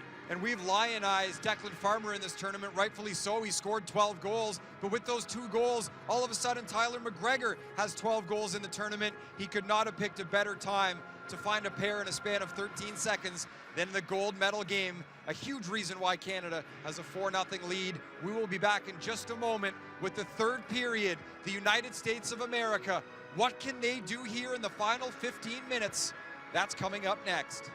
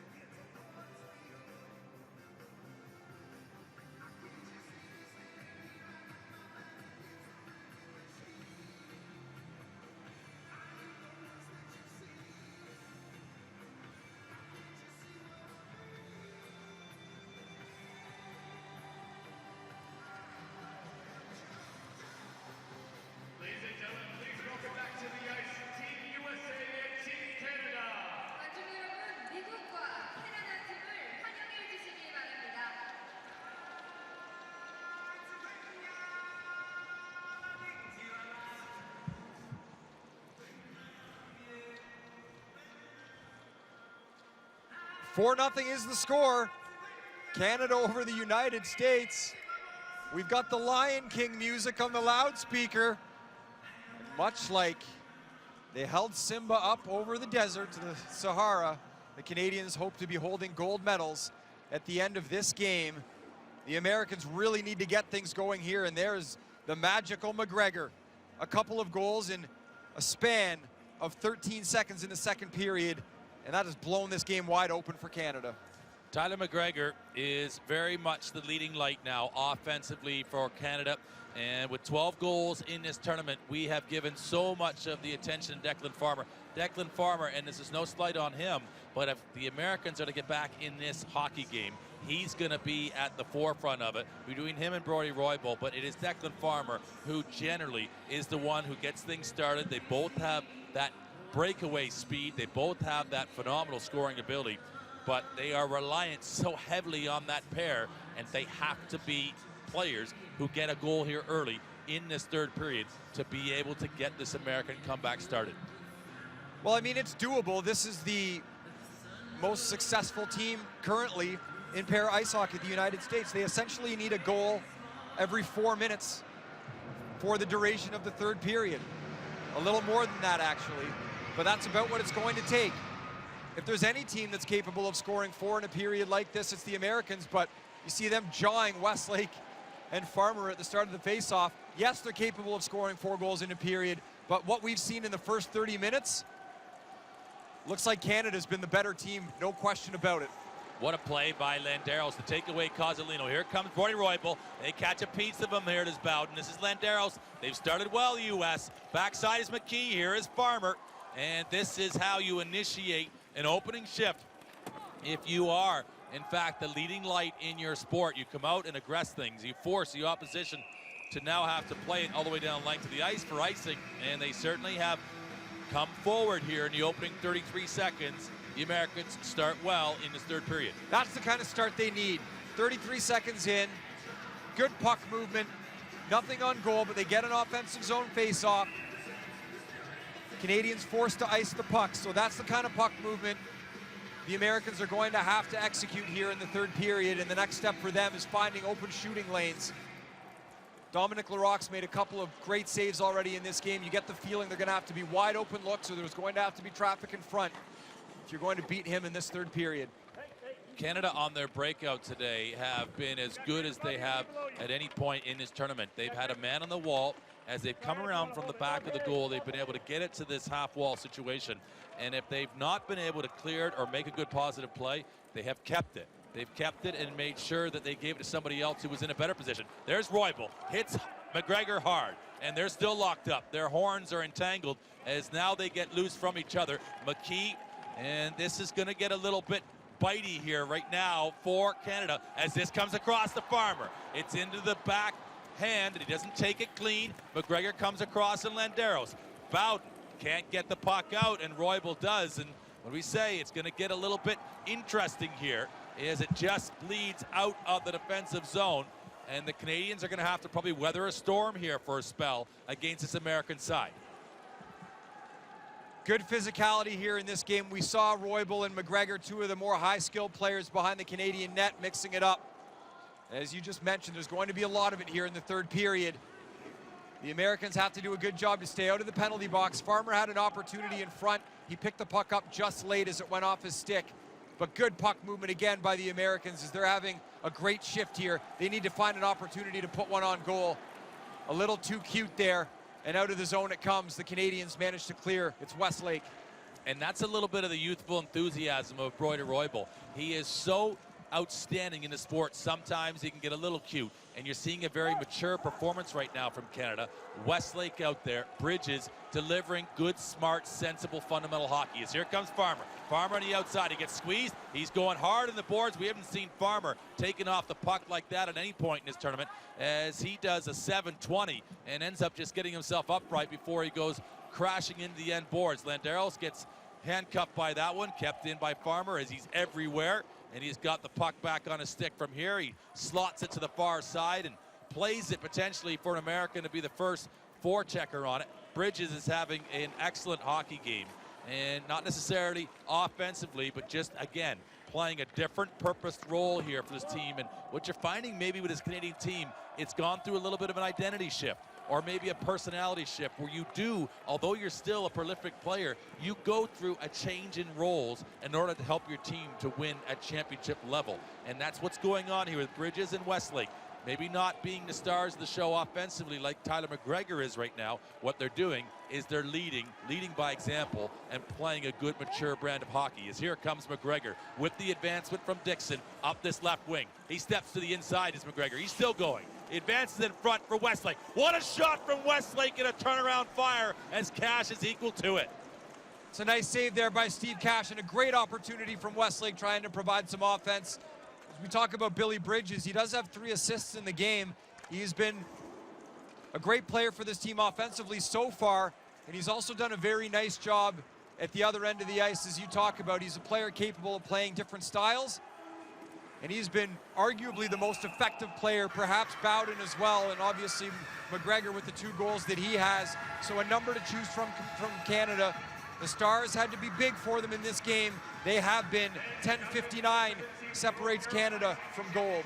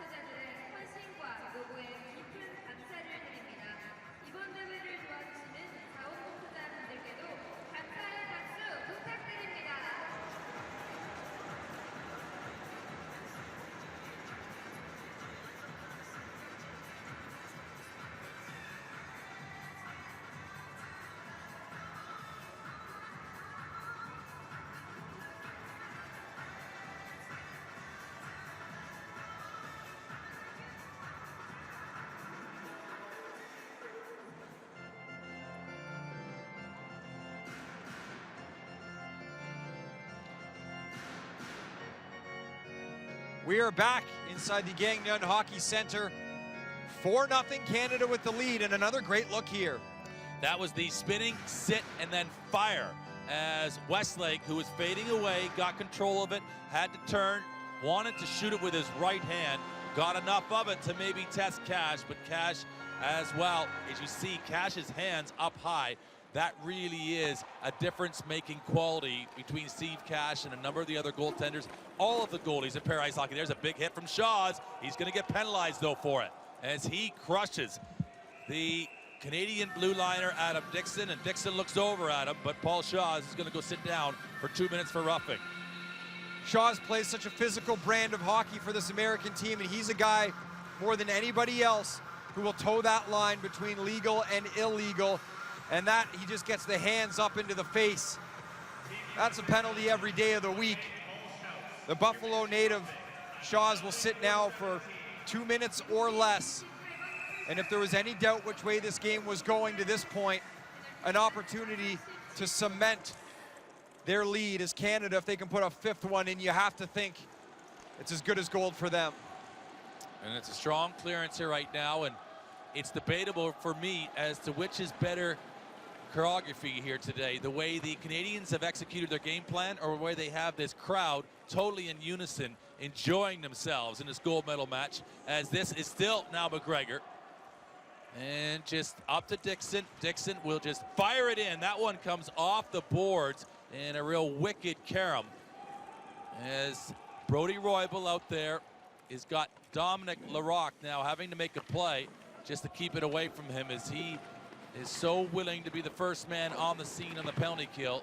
Declan Farmer right there as well, and Landeros. This is their unit that can really make things happen even when shorthanded, as Farmer's going to go back now and try to kill some time, but of course that works well to the Canadians because ultimately they just want to keep the puck on their stick and keeping it away from dangerous areas. There's a play. Dixon out to McGregor. McGregor again. McGregor gets denied this time by Cash, and that would have been his natural hat-trick goal, and not this time, says the American keeper. He says, you've had your fun, and you might be enough for the night, as he makes a huge save in the power play. Couldn't have come at a more important time. McGregor, great moves as he goes under the sled left to right. But there is Steve Cash to make a brilliant save. McGregor, he just got in a little bit tight there on the goalie. Certainly not going to tell him how to score goals. But at the same time, maybe a shot would have been more effective there. Again, McGregor's such a gifted goal scorer. 12 goals, tied for the tournament lead with Declan Farmer. And a great opportunity is up over end. There goes Tyler Karen. This game is getting more physical by the minute here with 8:45 to go in the third. That was like the log roll, or he was in a barrel going over Niagara Falls as he went straight into that one. As here comes the Canadians, and we're back to 5-on-5. There's the big body of Jack Wallace, and a hit from behind Shaws as he punishes the Canadian there. Cozzolino looks to try to get a shot off. It's going to be kept in here by Arsenault. What a game Steve Arsenault has had for Canada, though.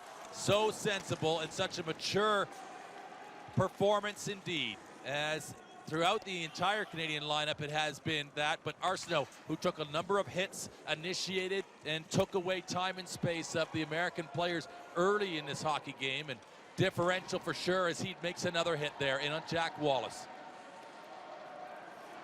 Dixon just feeds it up into a neutral zone position. This is going to be taken. Josh Pauls is going to get bumped by Dixon, enough to separate him from the puck. And Cozzolino will just see that, just work in behind him, and Pauls lays it to an area. Cozzolino, before he goes off the ice, is going to have to play it here, as Shaws has had another robust shift. He comes back in, and there's a hit from Rico Roman. Nice play there by the Canadians, just to find an open area and allow Sholomicki to get into a battle straight up against Josh Pauls. And that's just allowing your teammates to be successful, putting it in a good area. As it'll be Arsenault. Maybe he'll shoot from here. He elects just to keep it under control and not start the American breakout. This, though, from Dixon will rim around the glass at the end and make its way all the way back now in the Canadian defensive zone. And this is the first we can remember seeing in this game of Smith and of Sholomicki. They haven't had a ton of ice time. They didn't play at all in the first period. Kevin Sorley as well. I don't remember seeing them once in the second period, but a great energy shift here as they get some ice time now with a 4-0 lead. Yeah, he does a great job, this Sorley, as he smothers the play and just loses his skate blade for a moment, but ends up just hemming the puck in. That one, I think, actually was more dangerous than we anticipated, as that kind of, I'm not sure if it went behind Cash or it certainly went across the face of goal. And Larocque will just let that one go and send itself in for Dixon to retrieve, and not sure where it is here, as McGregor wasn't entirely sure. Rather, that's Smith out there, number 9, with this line with Sholomicki and Sorley. A very effective shift for Ken Babby's team. A good energy shift there for them as they get involved in the game here in the third period with a comfortable 4-0 lead. And you know they wanted to see some ice in the gold medal game. When they look back on this game, it's one thing to dress, it's one thing to be down on the bench, but you want to have memories of playing in this game as well. And they have just that now. 5:56 to go. Canada has a 4-0 lead. We take a look at the continued physicality in this game. That was massive, as we'll look at some of the collisions. Rico Roman plays a heavy game too as he gets the shoulder in there. That was Tyler Karen, who just went right over, and I think he pretty much did 2 somersaults there, as he was so committed to the hit. Once he couldn't apply it and catch the Canadian player, well, he was toppled right over, but right up again. These players love it and love being right in the teeth of that snarl. And this game is just losing a little bit of its bite, and that's no real reflection on either of the sides. But Canada, in this glorious position of being 4-0 up, they can now afford to just play sensible for the remaining 5:25. It really is remarkable the job the Canadians have done here against the Americans. And you can look at it a couple of different ways. The Canadians have been incredibly effective at limiting the opportunities and cutting down the speed through the neutral zone that the Americans possess. At the other side of it, simply not the best game from the United States of America. They have game breakers in Roybal and Farmer especially, but a number of other players. Paul's right there, he takes a huge hit. Wow. The Americans want an elbowing penalty. They won't get it, as Steve Arsenault lays the body, and he continues to be a physical presence for Canada, a tower of power on the back end. And that is it's a handle for Cash. He doesn't know where it is. It's in the money drawer, as now trying to fish this one out is Billy Bridges, and Bridges just gets hemmed for second, but Josh Pauls got absolutely crushed by Steve Arsenault. He immediately went in the bench area. Hopefully he's okay, and wonder if maybe it isn't more his pride hurt than he is physically. But that was a heavy hit from Arsenault, who has had an outstanding hockey game on the Canadian blue line. Here's another one potentially coming. Dixon avoids that contact with Tyler Caron, as now here comes America for a moment, and there is a penalty coming. Is it going to go against Liam Hickey, the Canadian, and a power play looks to be coming, or is it Sholomicki? We'll just have a look at it as he comes across the ice. It's going to be an American power play coming back in a moment.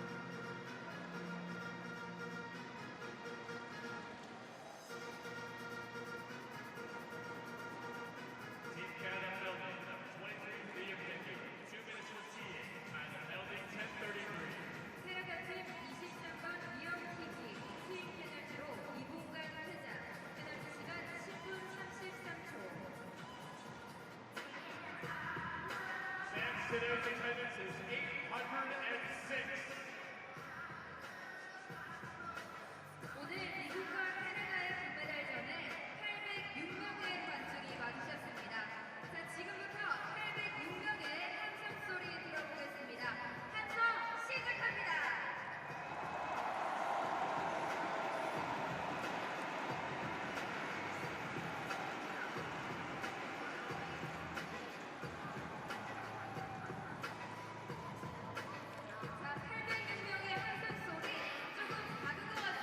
We are back.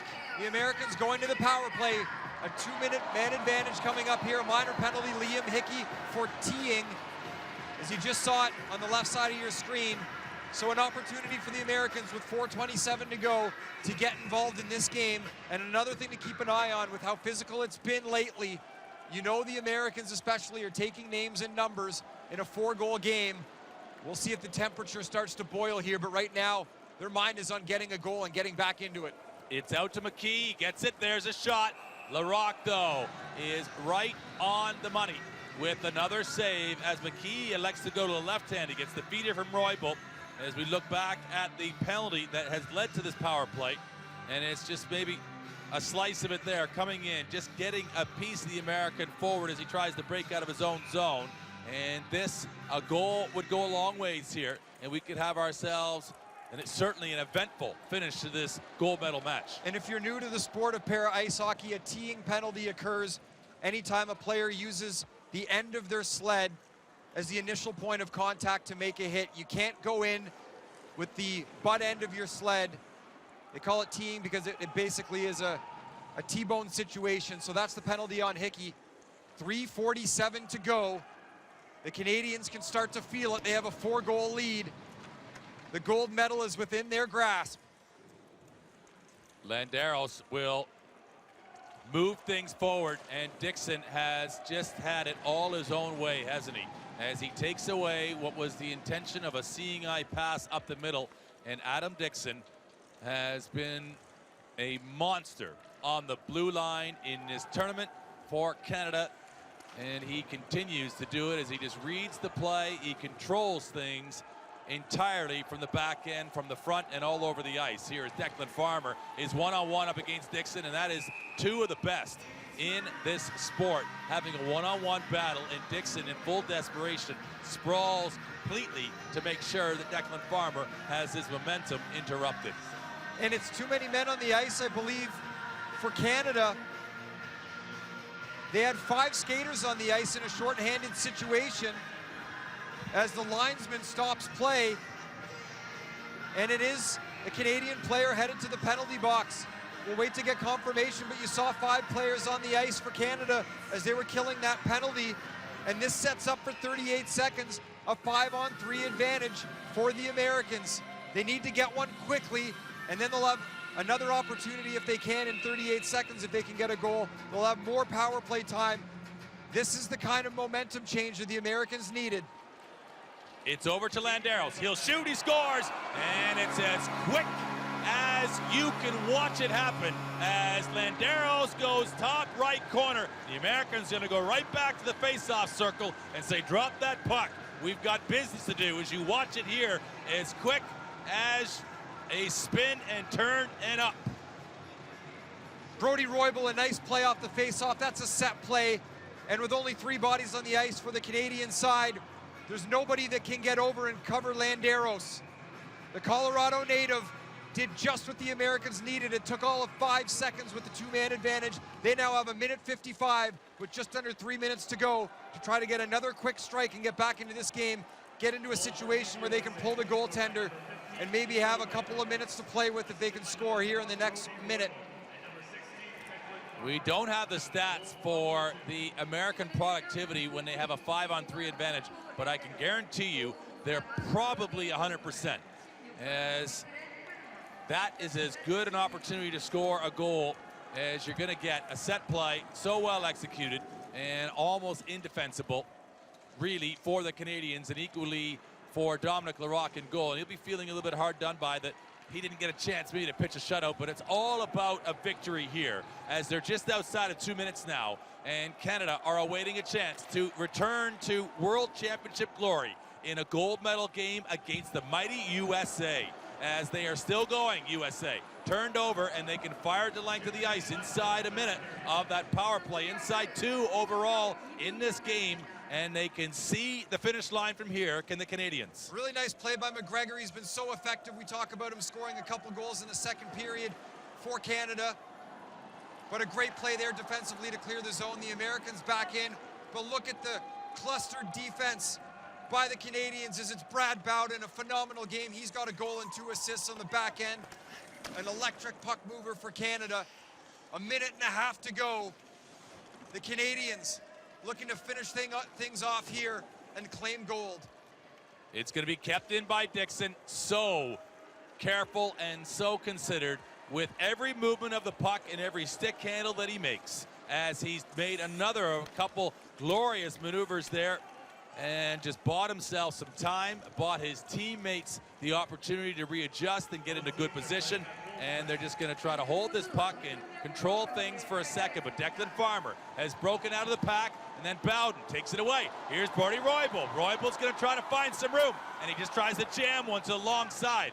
But it's taken away by Larocque. It's into the corner. Bowden tries to elevate it up off the dasher, try to catch the glass, but it's kept in by Landeros. He's the goal scorer for the United States. He's going to get it back here, but he's a long ways from being concerning. Oh, he's made a play to the backside and is broken up again as the big sticks and the active sticks of Adam Dixon prevent that getting across the Farmer in front of the Canadian goal. 23 seconds to go here. The Canadians will just try to get the puck out. It does come out of the zone. Smith working hard to get off the ice. The Canadians now 10 seconds away from a gold medal.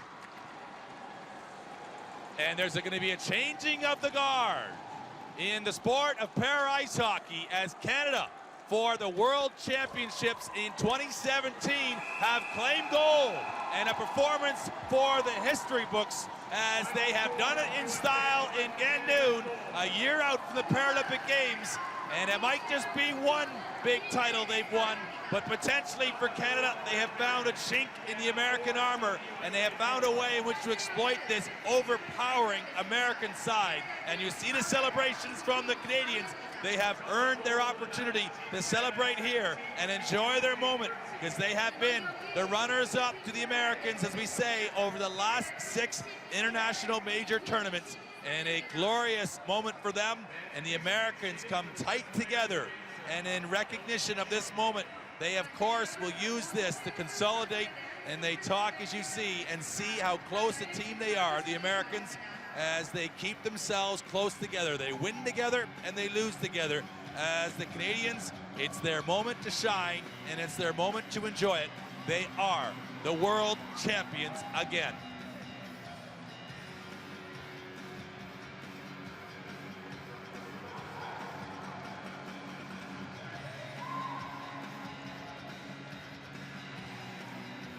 Well, you see just what it means on the bench there for Canada.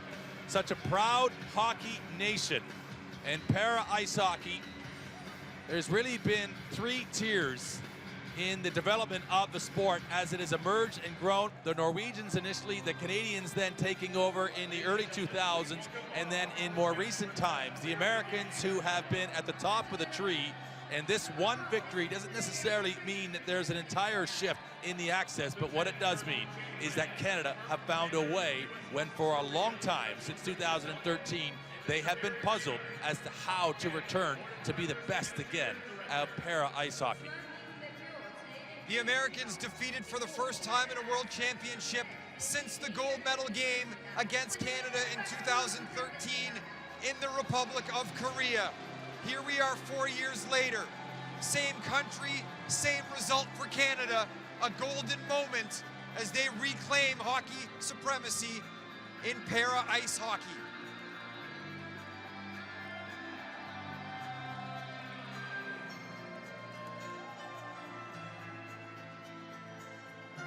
A wonderful display of the sport here over the last 45 minutes. And an unusual and overwhelming performance against the United States of America, as well delivered by the Canadians, as we have now the Player of the Game awards to be presented.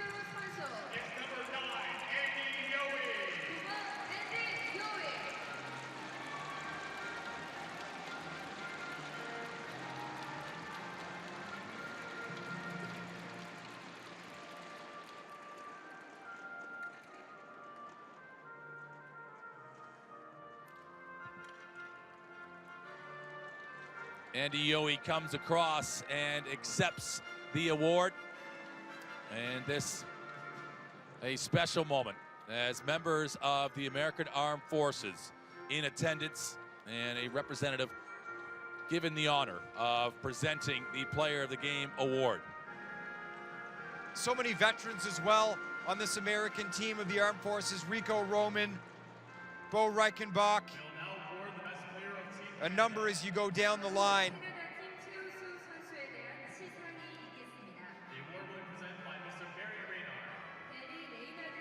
Luke McDermott as well, now Player of the Game for Canada.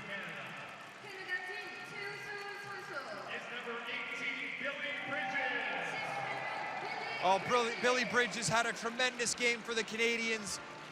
He picked up 3 assists. He was physical. He was so noticeable for them. I would say Billy Bridges and Brad Bowden impacted the game the most from a puck-moving perspective in this hockey game. They made such terrific plays to set up goals. And in terms of a puck in the back of the net perspective, you know that's Tyler McGregor. 12 goals in the tournament, tied with Declan Farmer for the tournament lead. Unbelievable performances. And a classy move there from Billy Bridges, going across, first of all, to shake the hand of the American captain, Andy Yohe, as, of course, now the American military personnel involved in this photo. But Billy Bridges, I think, probably equally has just taken a little bit of a turn in his own understanding of just how valuable he is to this Canadian program in the way he now can play and contribute equally offensively and playing that leadership and mature role. It was a complete team performance from Canada. Best goalkeeper, best defenseman, and best forward of the tournament. The athletes are selected by the Directorate of the International Paralympic Committee. 관중 여러분, 이어서 국제상인 올림픽위원회에서 선정한 본대회 최우수 골키퍼, 수비수, 공격수에 대한 시상이. So now we will have the best goalie, best defenseman, and best forward of the World Championship. We saw some terrific goaltending performances in this tournament. A number of goalies come to mind. Steve Cash was brilliant, although he didn't have his best effort in this game. Dominic Larocque, of course. We all couldn't get enough of Alt Nilsson, the great Swedish goaltender as well. He's a candidate. Simon Kunst as well in Germany played very well.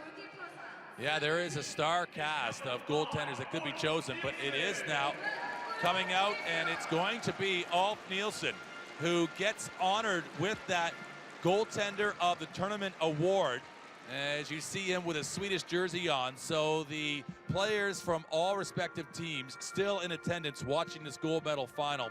And of course, as we build towards the full presentation of the medals, the Republic of Korea are awaiting their opportunity to return to the ice, but we have those 2 further additional individual awards to still be presented.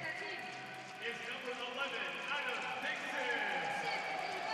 Well, no big surprise here. Adam Dixon came into this game with 18 points. He was so good, leading the tournament in scoring. What a dynamic presence on the back end for Canada, and a huge difference maker. Oh, he's something else. You know, to watch what he does, you talk about in the sport of baseball about 5-tool players.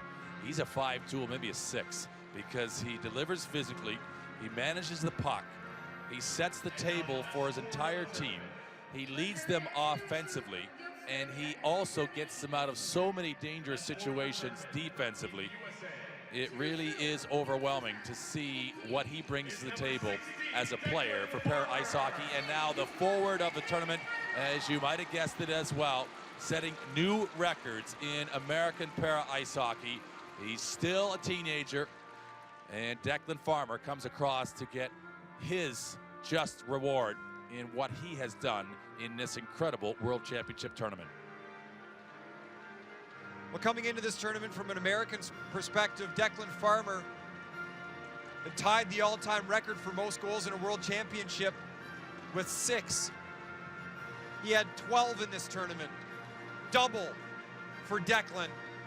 And it was a fantastic tournament for him. Two of the premier players in this tournament right there in Dixon and Farmer, and Ulf Nilsson, 52 years young, the best goalie in the World Championships. Will we see him at the Paralympic Games if Sweden can find a way to qualify? We all hope so. It was great hearing head coach Jörgen Lundgren talking about him, how he doesn't train much, he just relaxes, just stops the puck. Phenomenal goaltending, phenomenal play by all 3 players. Yep, double Declan with 12. Now the new individual World Championship record for USA.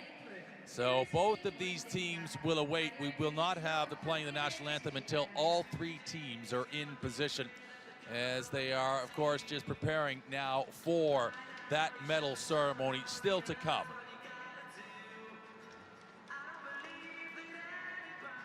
And so quick work will now resume as they get ready with the red carpet treatment for this World Championship medal ceremony to come.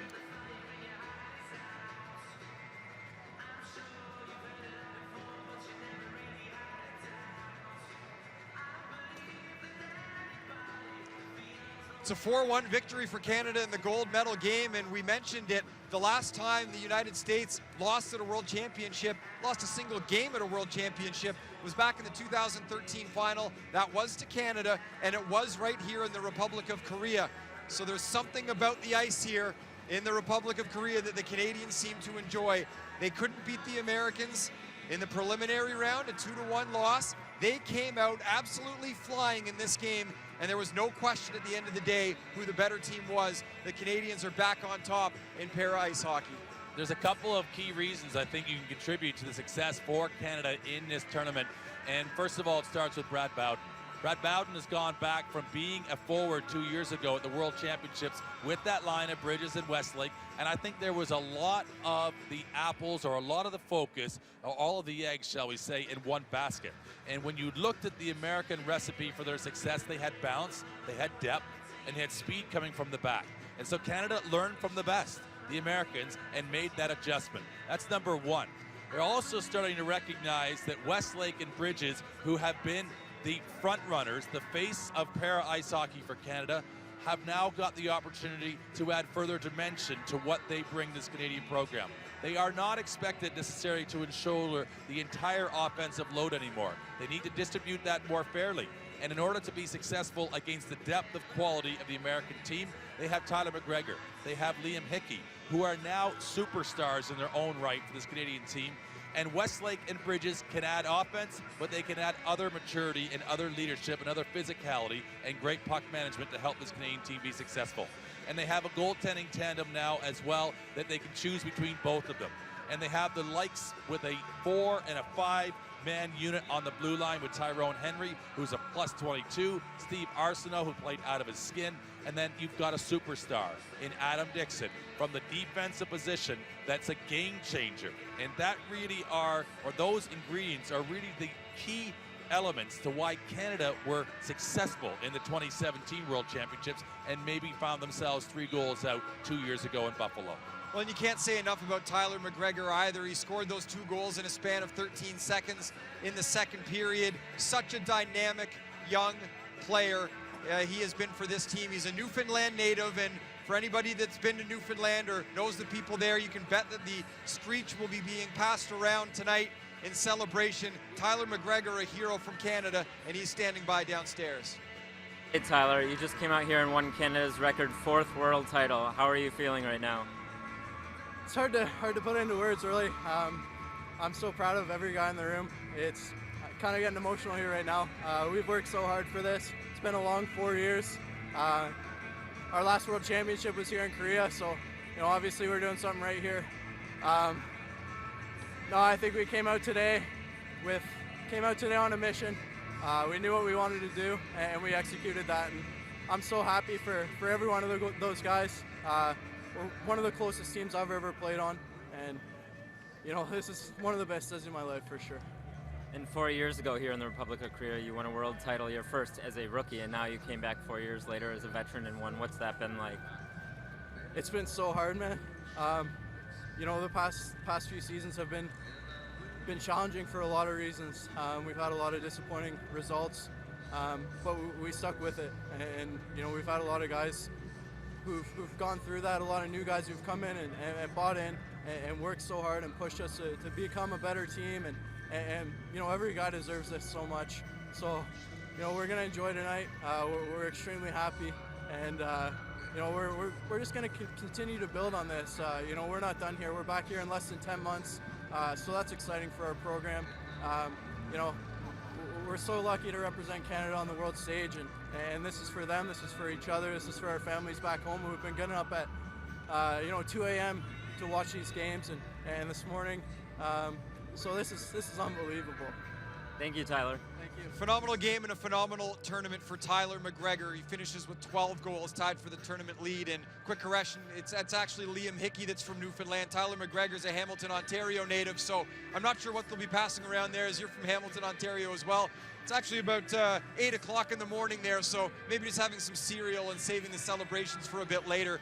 But no matter how you cut it, all the way across the country from Newfoundland out to British Columbia, Canadians rejoicing here, in part because of the play of Tyler McGregor, who was brilliant in this game. Hickey was great as well. You go up and down the roster. You talked about it at the start of the game. It had to be near perfection for Canada. It was near perfection.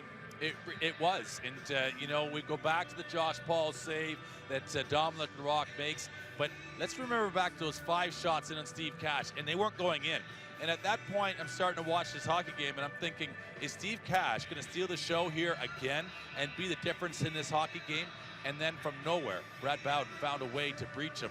And that was surprising because we were in the middle of another thought, and Bowden comes in and just puts a lightning bolt into the top of the net. And then the Liam Hickey goal was just, that's when you realize something different is going on here tonight with Canada. And you just got to give a team its due when they performed to the level that they did. Canada tonight were unreal in the way they played in relation to where they've been to this American side over the last number of years. The team's lining up here out on the ice surface. The Canadians front and center. The Americans beside them on one side, and the Republic of Korea as well in their suits, as they are a few hours removed from their bronze medal victory over Norway. So a huge thrill for the host nation here in winning a medal on home ice, something they will try to replicate 11 months from now at the Paralympic Games, which will be right here in this same building, the Gangneung Hockey Center. There's a look at the Americans, silver medal winners, although you can ask silver medalists sometimes in the moment it doesn't feel like winning, but it'll be something that they can cherish down the road. Is a tremendous performance by the United States. There is a look at the Republic of Korea. What a great tournament they had. Terrific goaltending as they used a platoon system. And Chung Si-won, a dynamic player, not a very big guy at all, but boy, is he ever the quickest player in para ice hockey on any country in the world. The Canadians there in the middle as we get a great look at the facility here. We're just moments away from the medal presentation. It will be bronze to the Republic of Korea, silver to the United States, and gold once again for the first time in 4 years for the Canadians. And a great scene there as everything's pretty much now set up and ready. And this, the showcase, and this really is, as we say, the precursor. This is the last major event ahead of the turn to the Olympic and then the Paralympic tournaments, as we'll now listen in to the ceremony in preparation.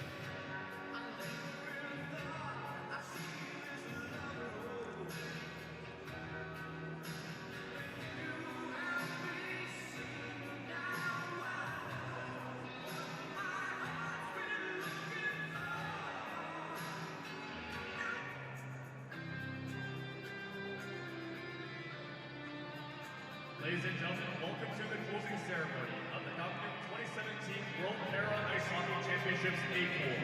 관중 여러분, 지금부터 2017 강릉 세계 장애인 아이스하키 선수권 대회 A2 해외식을 시작하겠습니다.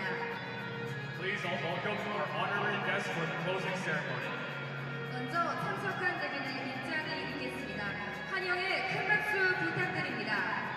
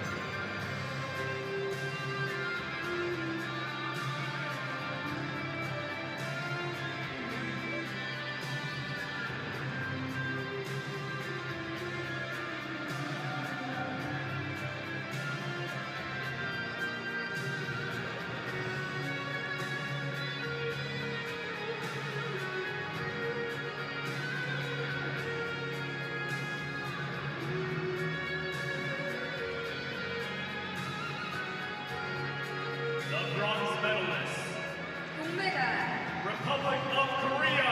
대한민국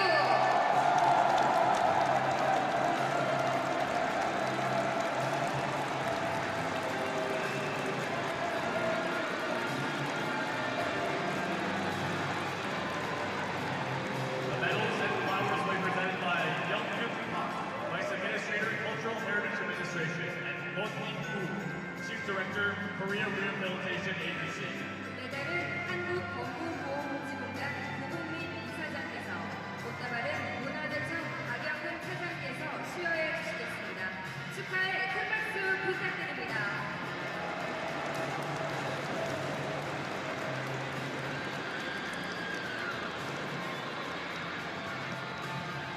So here we have the Republic of Korea receiving their bronze medals. You hear an audible amount of applause from the fans here in the Gangneung Hockey Center. Absolutely thrilled to see their host nation find a way to medal at this World Championships.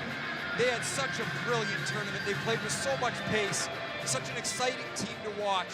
We know the Americans and the Canadians are the most skilled teams in this tournament, but in terms of a structure and a game plan to play an exciting brand of hockey, the Republic of Korea is right there, and with another year of development, we'll see if they can push up into the top two of the Paralympic Games coming up. Well, what they did in this tournament, Republic of Korea, is they've created another dimension to the sport of para ice hockey, because you have to remember as well, Russia were not in this tournament, and they now, Republic of Korea, are really moving into the top echelon of superpowers in this sport. They are legitimately, by right here in a golden position to really step forward in a year's time and assert themselves and have a real go at winning a medal again.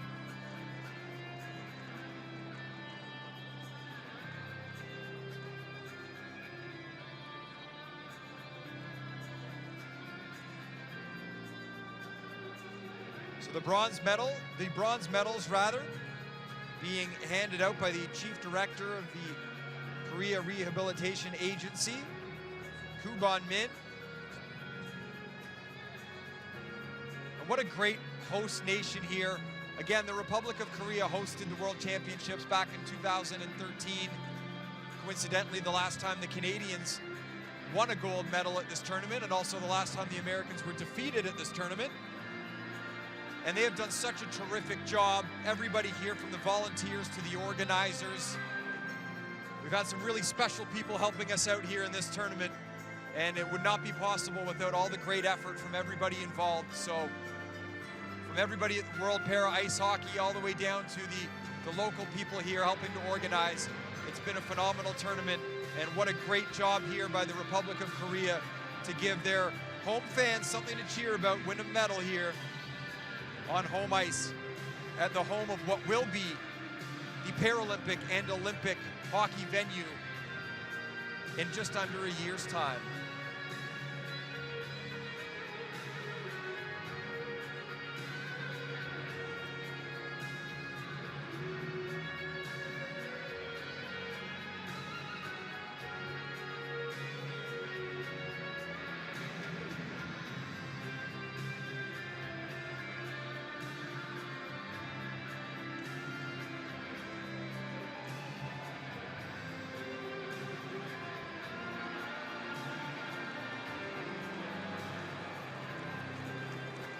Silver medalists.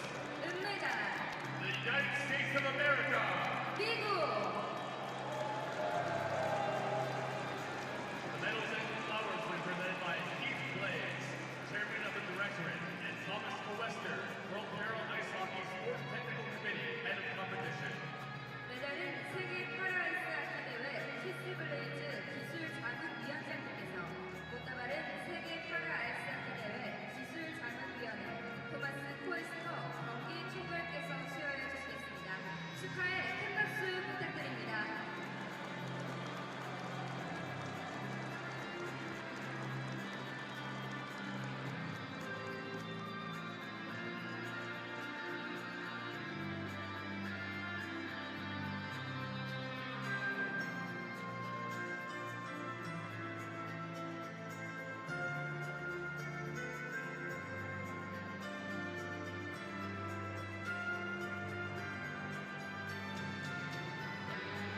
And here you see the United States of America receiving their silver medals. Head coach Guy Gosselin getting his medal right here, as well as the rest of the coaching staff.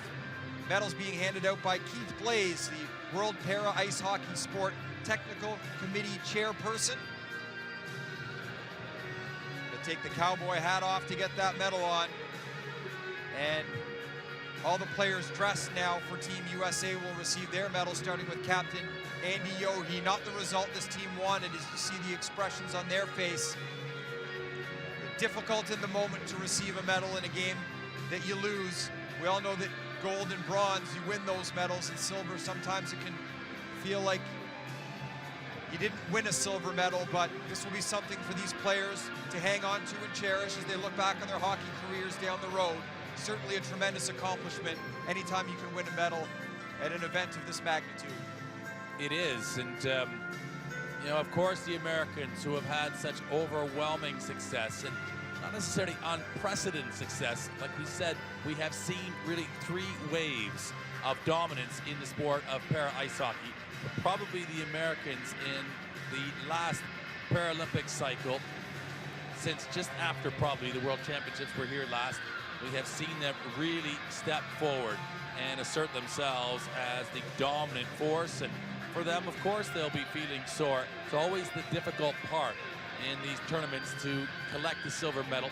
When you're a bronze medal winner, you win your last game. And we so often in sport generally measure performance by did you win your last game, and that's why at the moment, as you say, it'll sting and it'll be difficult as they're absorbing just some of the lessons of the way the last 45 minutes went in their para ice hockey careers. But as time subsides and of course the emotion subsides, they will put it all in perspective. They'll learn from it, they'll strengthen from it, and you saw the way they all gathered around in front of their own goal there. They are a family, this American team.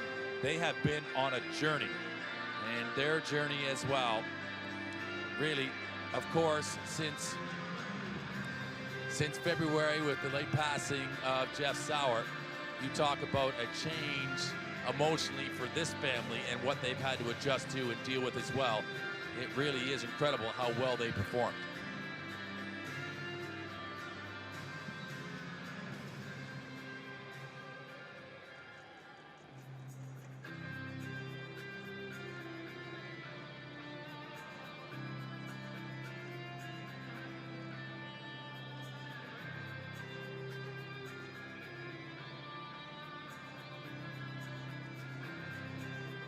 The gold medalists and champions of the Gangneung 2017 World Para Ice Hockey Championships A Pool. 2017 강릉 세계 장애인 아이스하키 선수권 대회 챔피언 금메달 Canada. 캐나다.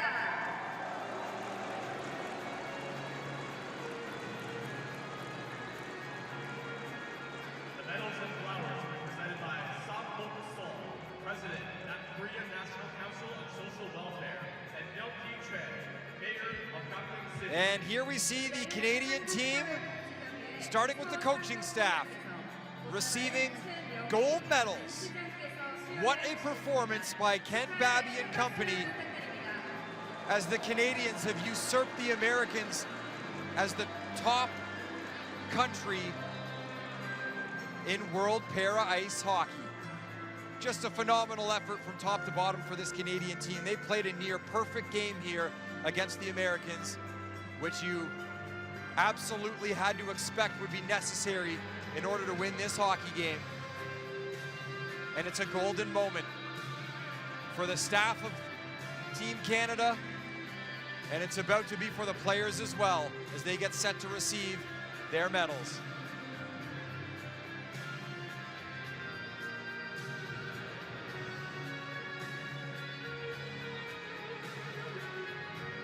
And now the goaltenders receiving the gold medals.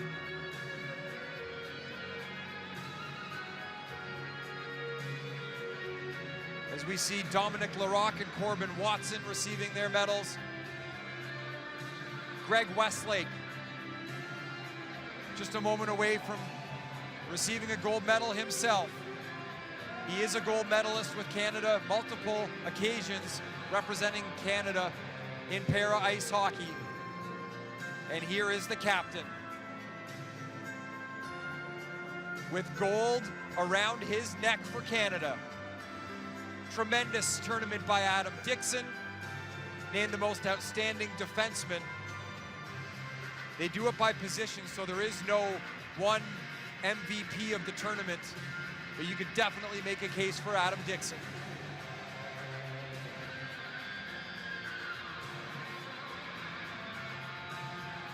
A very special moment for Canada. And prior to the game, when I had the opportunity to chat with the coach, Ken Babby, just asking what the next 24 hours looks like, regardless of the result. They talk about how they will debrief and, of course, spend the night in Pyeongchang. No doubt that'll be a great night in Pyeongchang, but of course as well, they're getting ready to depart, but they will spend some time together before now they'll have a natural break, and then they will reconvene in June and really start to ramp up preparations again for returning here in the Paralympic tournament next March in 2018. So this really is the crescendo of the end of a sporting year, and it's Canada's glory, and you can see by the looks on their faces just how much they're enjoying.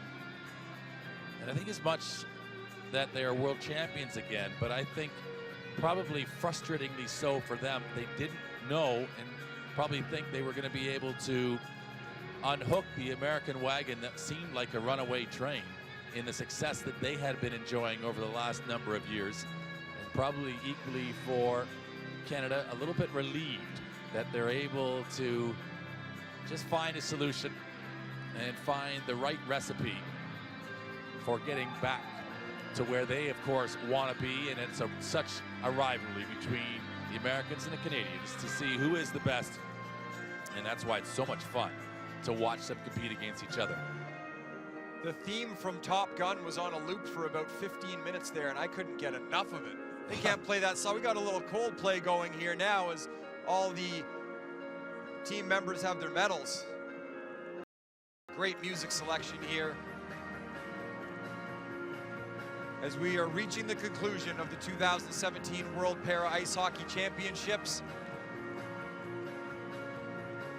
All the players have their medals now as we will transition into the closing ceremonies of the 2017 World Championships. And of course, we will hear for the Canadian national anthem as well. We go down to ice level now as we will listen in to the closing ceremonies here on what has been a terrific World Championship. The winning team of the Gangneung 2017 World Para Ice Hockey Championships A pool. 관중 여러분, 2017 강릉 세계장애인 아이스하키 선수권 대회 A풀 우승팀의 국가 연주가 있겠습니다. 캐나다 팀 국기를 향해 주시기 바랍니다. Please honor the anthem of Team Canada.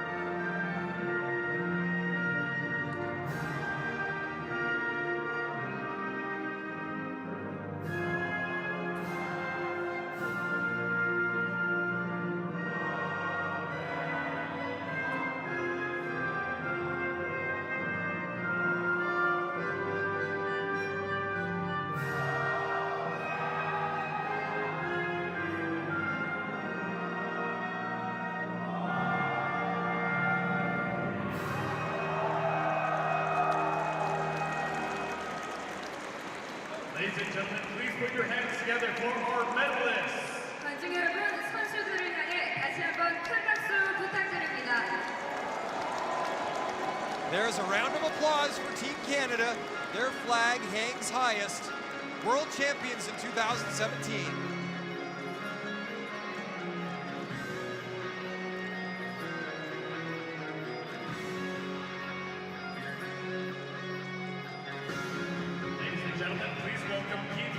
To officially close the tournament. We will send it down now to ice level and to Keith Blaze, World Para Ice Hockey Sport Technical Committee Chairperson, as we will commence the closing ceremonies here at the Gangneung Hockey Center on what was a tremendous 2017 World Championship tournament.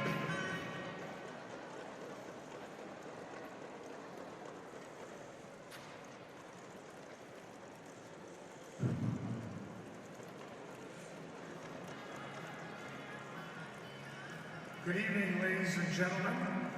Welcome to the closing ceremony of the 2017 World Para Ice Hockey Championships, Pool A. I'll begin by paying our respects on behalf of the World Para Ice Hockey Program to one of our sports leaders and great figures of our sport, Sergei Samoylov, the coach of the Russian team, who just passed away the other day. 국제 장애인 아이스하키를 대표해서 위대한 스포츠인 중 한 명이었던 세르게이 사모일로프 씨께서 갑작스레 세상을 떠나게 되어 조의를 표하고자 합니다. Sergei was a huge asset to our sport and a dear friend to many of us that are out here on the ice today. He's a large part of the success that we've experienced in recent years, and we would like to pay tribute to him and his work. And in honor of him, we would like to have a brief moment of silence. 지금 이 자리를 빌어 잠시 사모일로프 씨를 추모하는 묵념의 시간을 갖겠습니다. Thank you. Over the past 10 days, we've witnessed some of the best para ice hockey in the world. As a prelude to the 2018 Paralympic Winter Games. And this is the host arena, the Gangneung Hockey Center, and it will be the site of those games about 1 year from now in 2018. These are the 7 best teams in the world that you've watched over the past 10 days. And I would like to pay a special tribute to all the athletes, and in particular, all of the medalists that you see out here today. If I could ask you once again to give them a round of applause.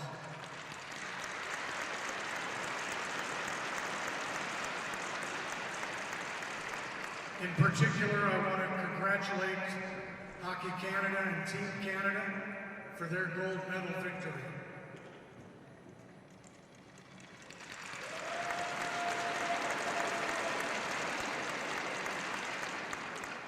I'd like to take this opportunity to thank the local organizing committee for all of their outstanding work and making this just a huge success this past 10 days. It's been an absolutely great event. And we'd like to give a big thanks to all the volunteers, the technical officials, the National Paralympic Committees, the National Federations, the staff of the World Para Ice Hockey Program, and to you, all of the spectators, for coming out and cheering on these great athletes. Give yourselves a big hand.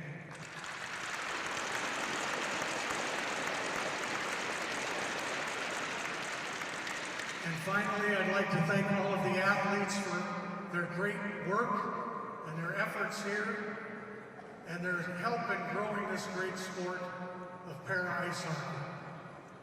Once again, thank everybody, and I officially close the games and wish everybody safe travels home. Thank you.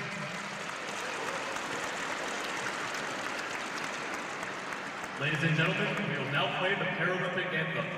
관중 여러분, 패럴림픽 찬가가 연주되겠습니다.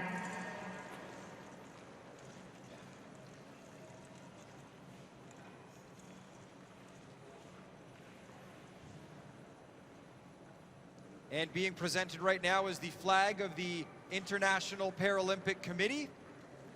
Will be followed by their anthem as well, as we will listen in.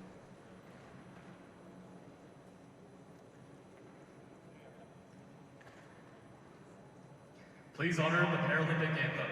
패럴림픽 길을 향해 주시기 바랍니다.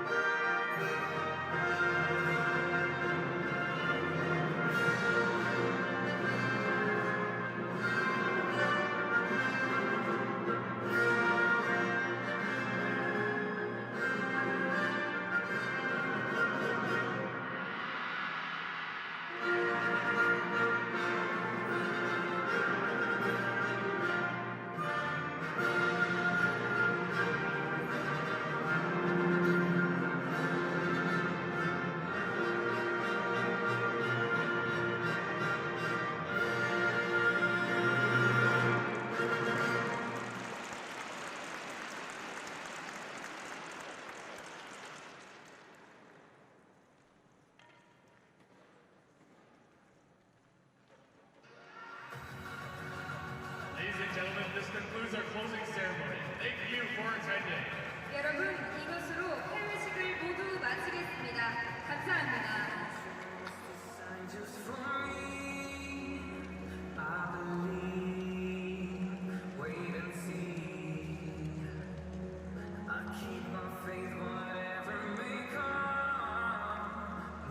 Four-one, Canada takes gold as we have reached the conclusion of the 2017 World Para Ice Hockey Championships. Such a tremendous tournament from front to back. We talked about the great job here by the World Para Ice group as well, putting this tournament on, by everybody here locally in Gangneung at the Hockey Center here in the Republic of Korea. Just phenomenal from front to back.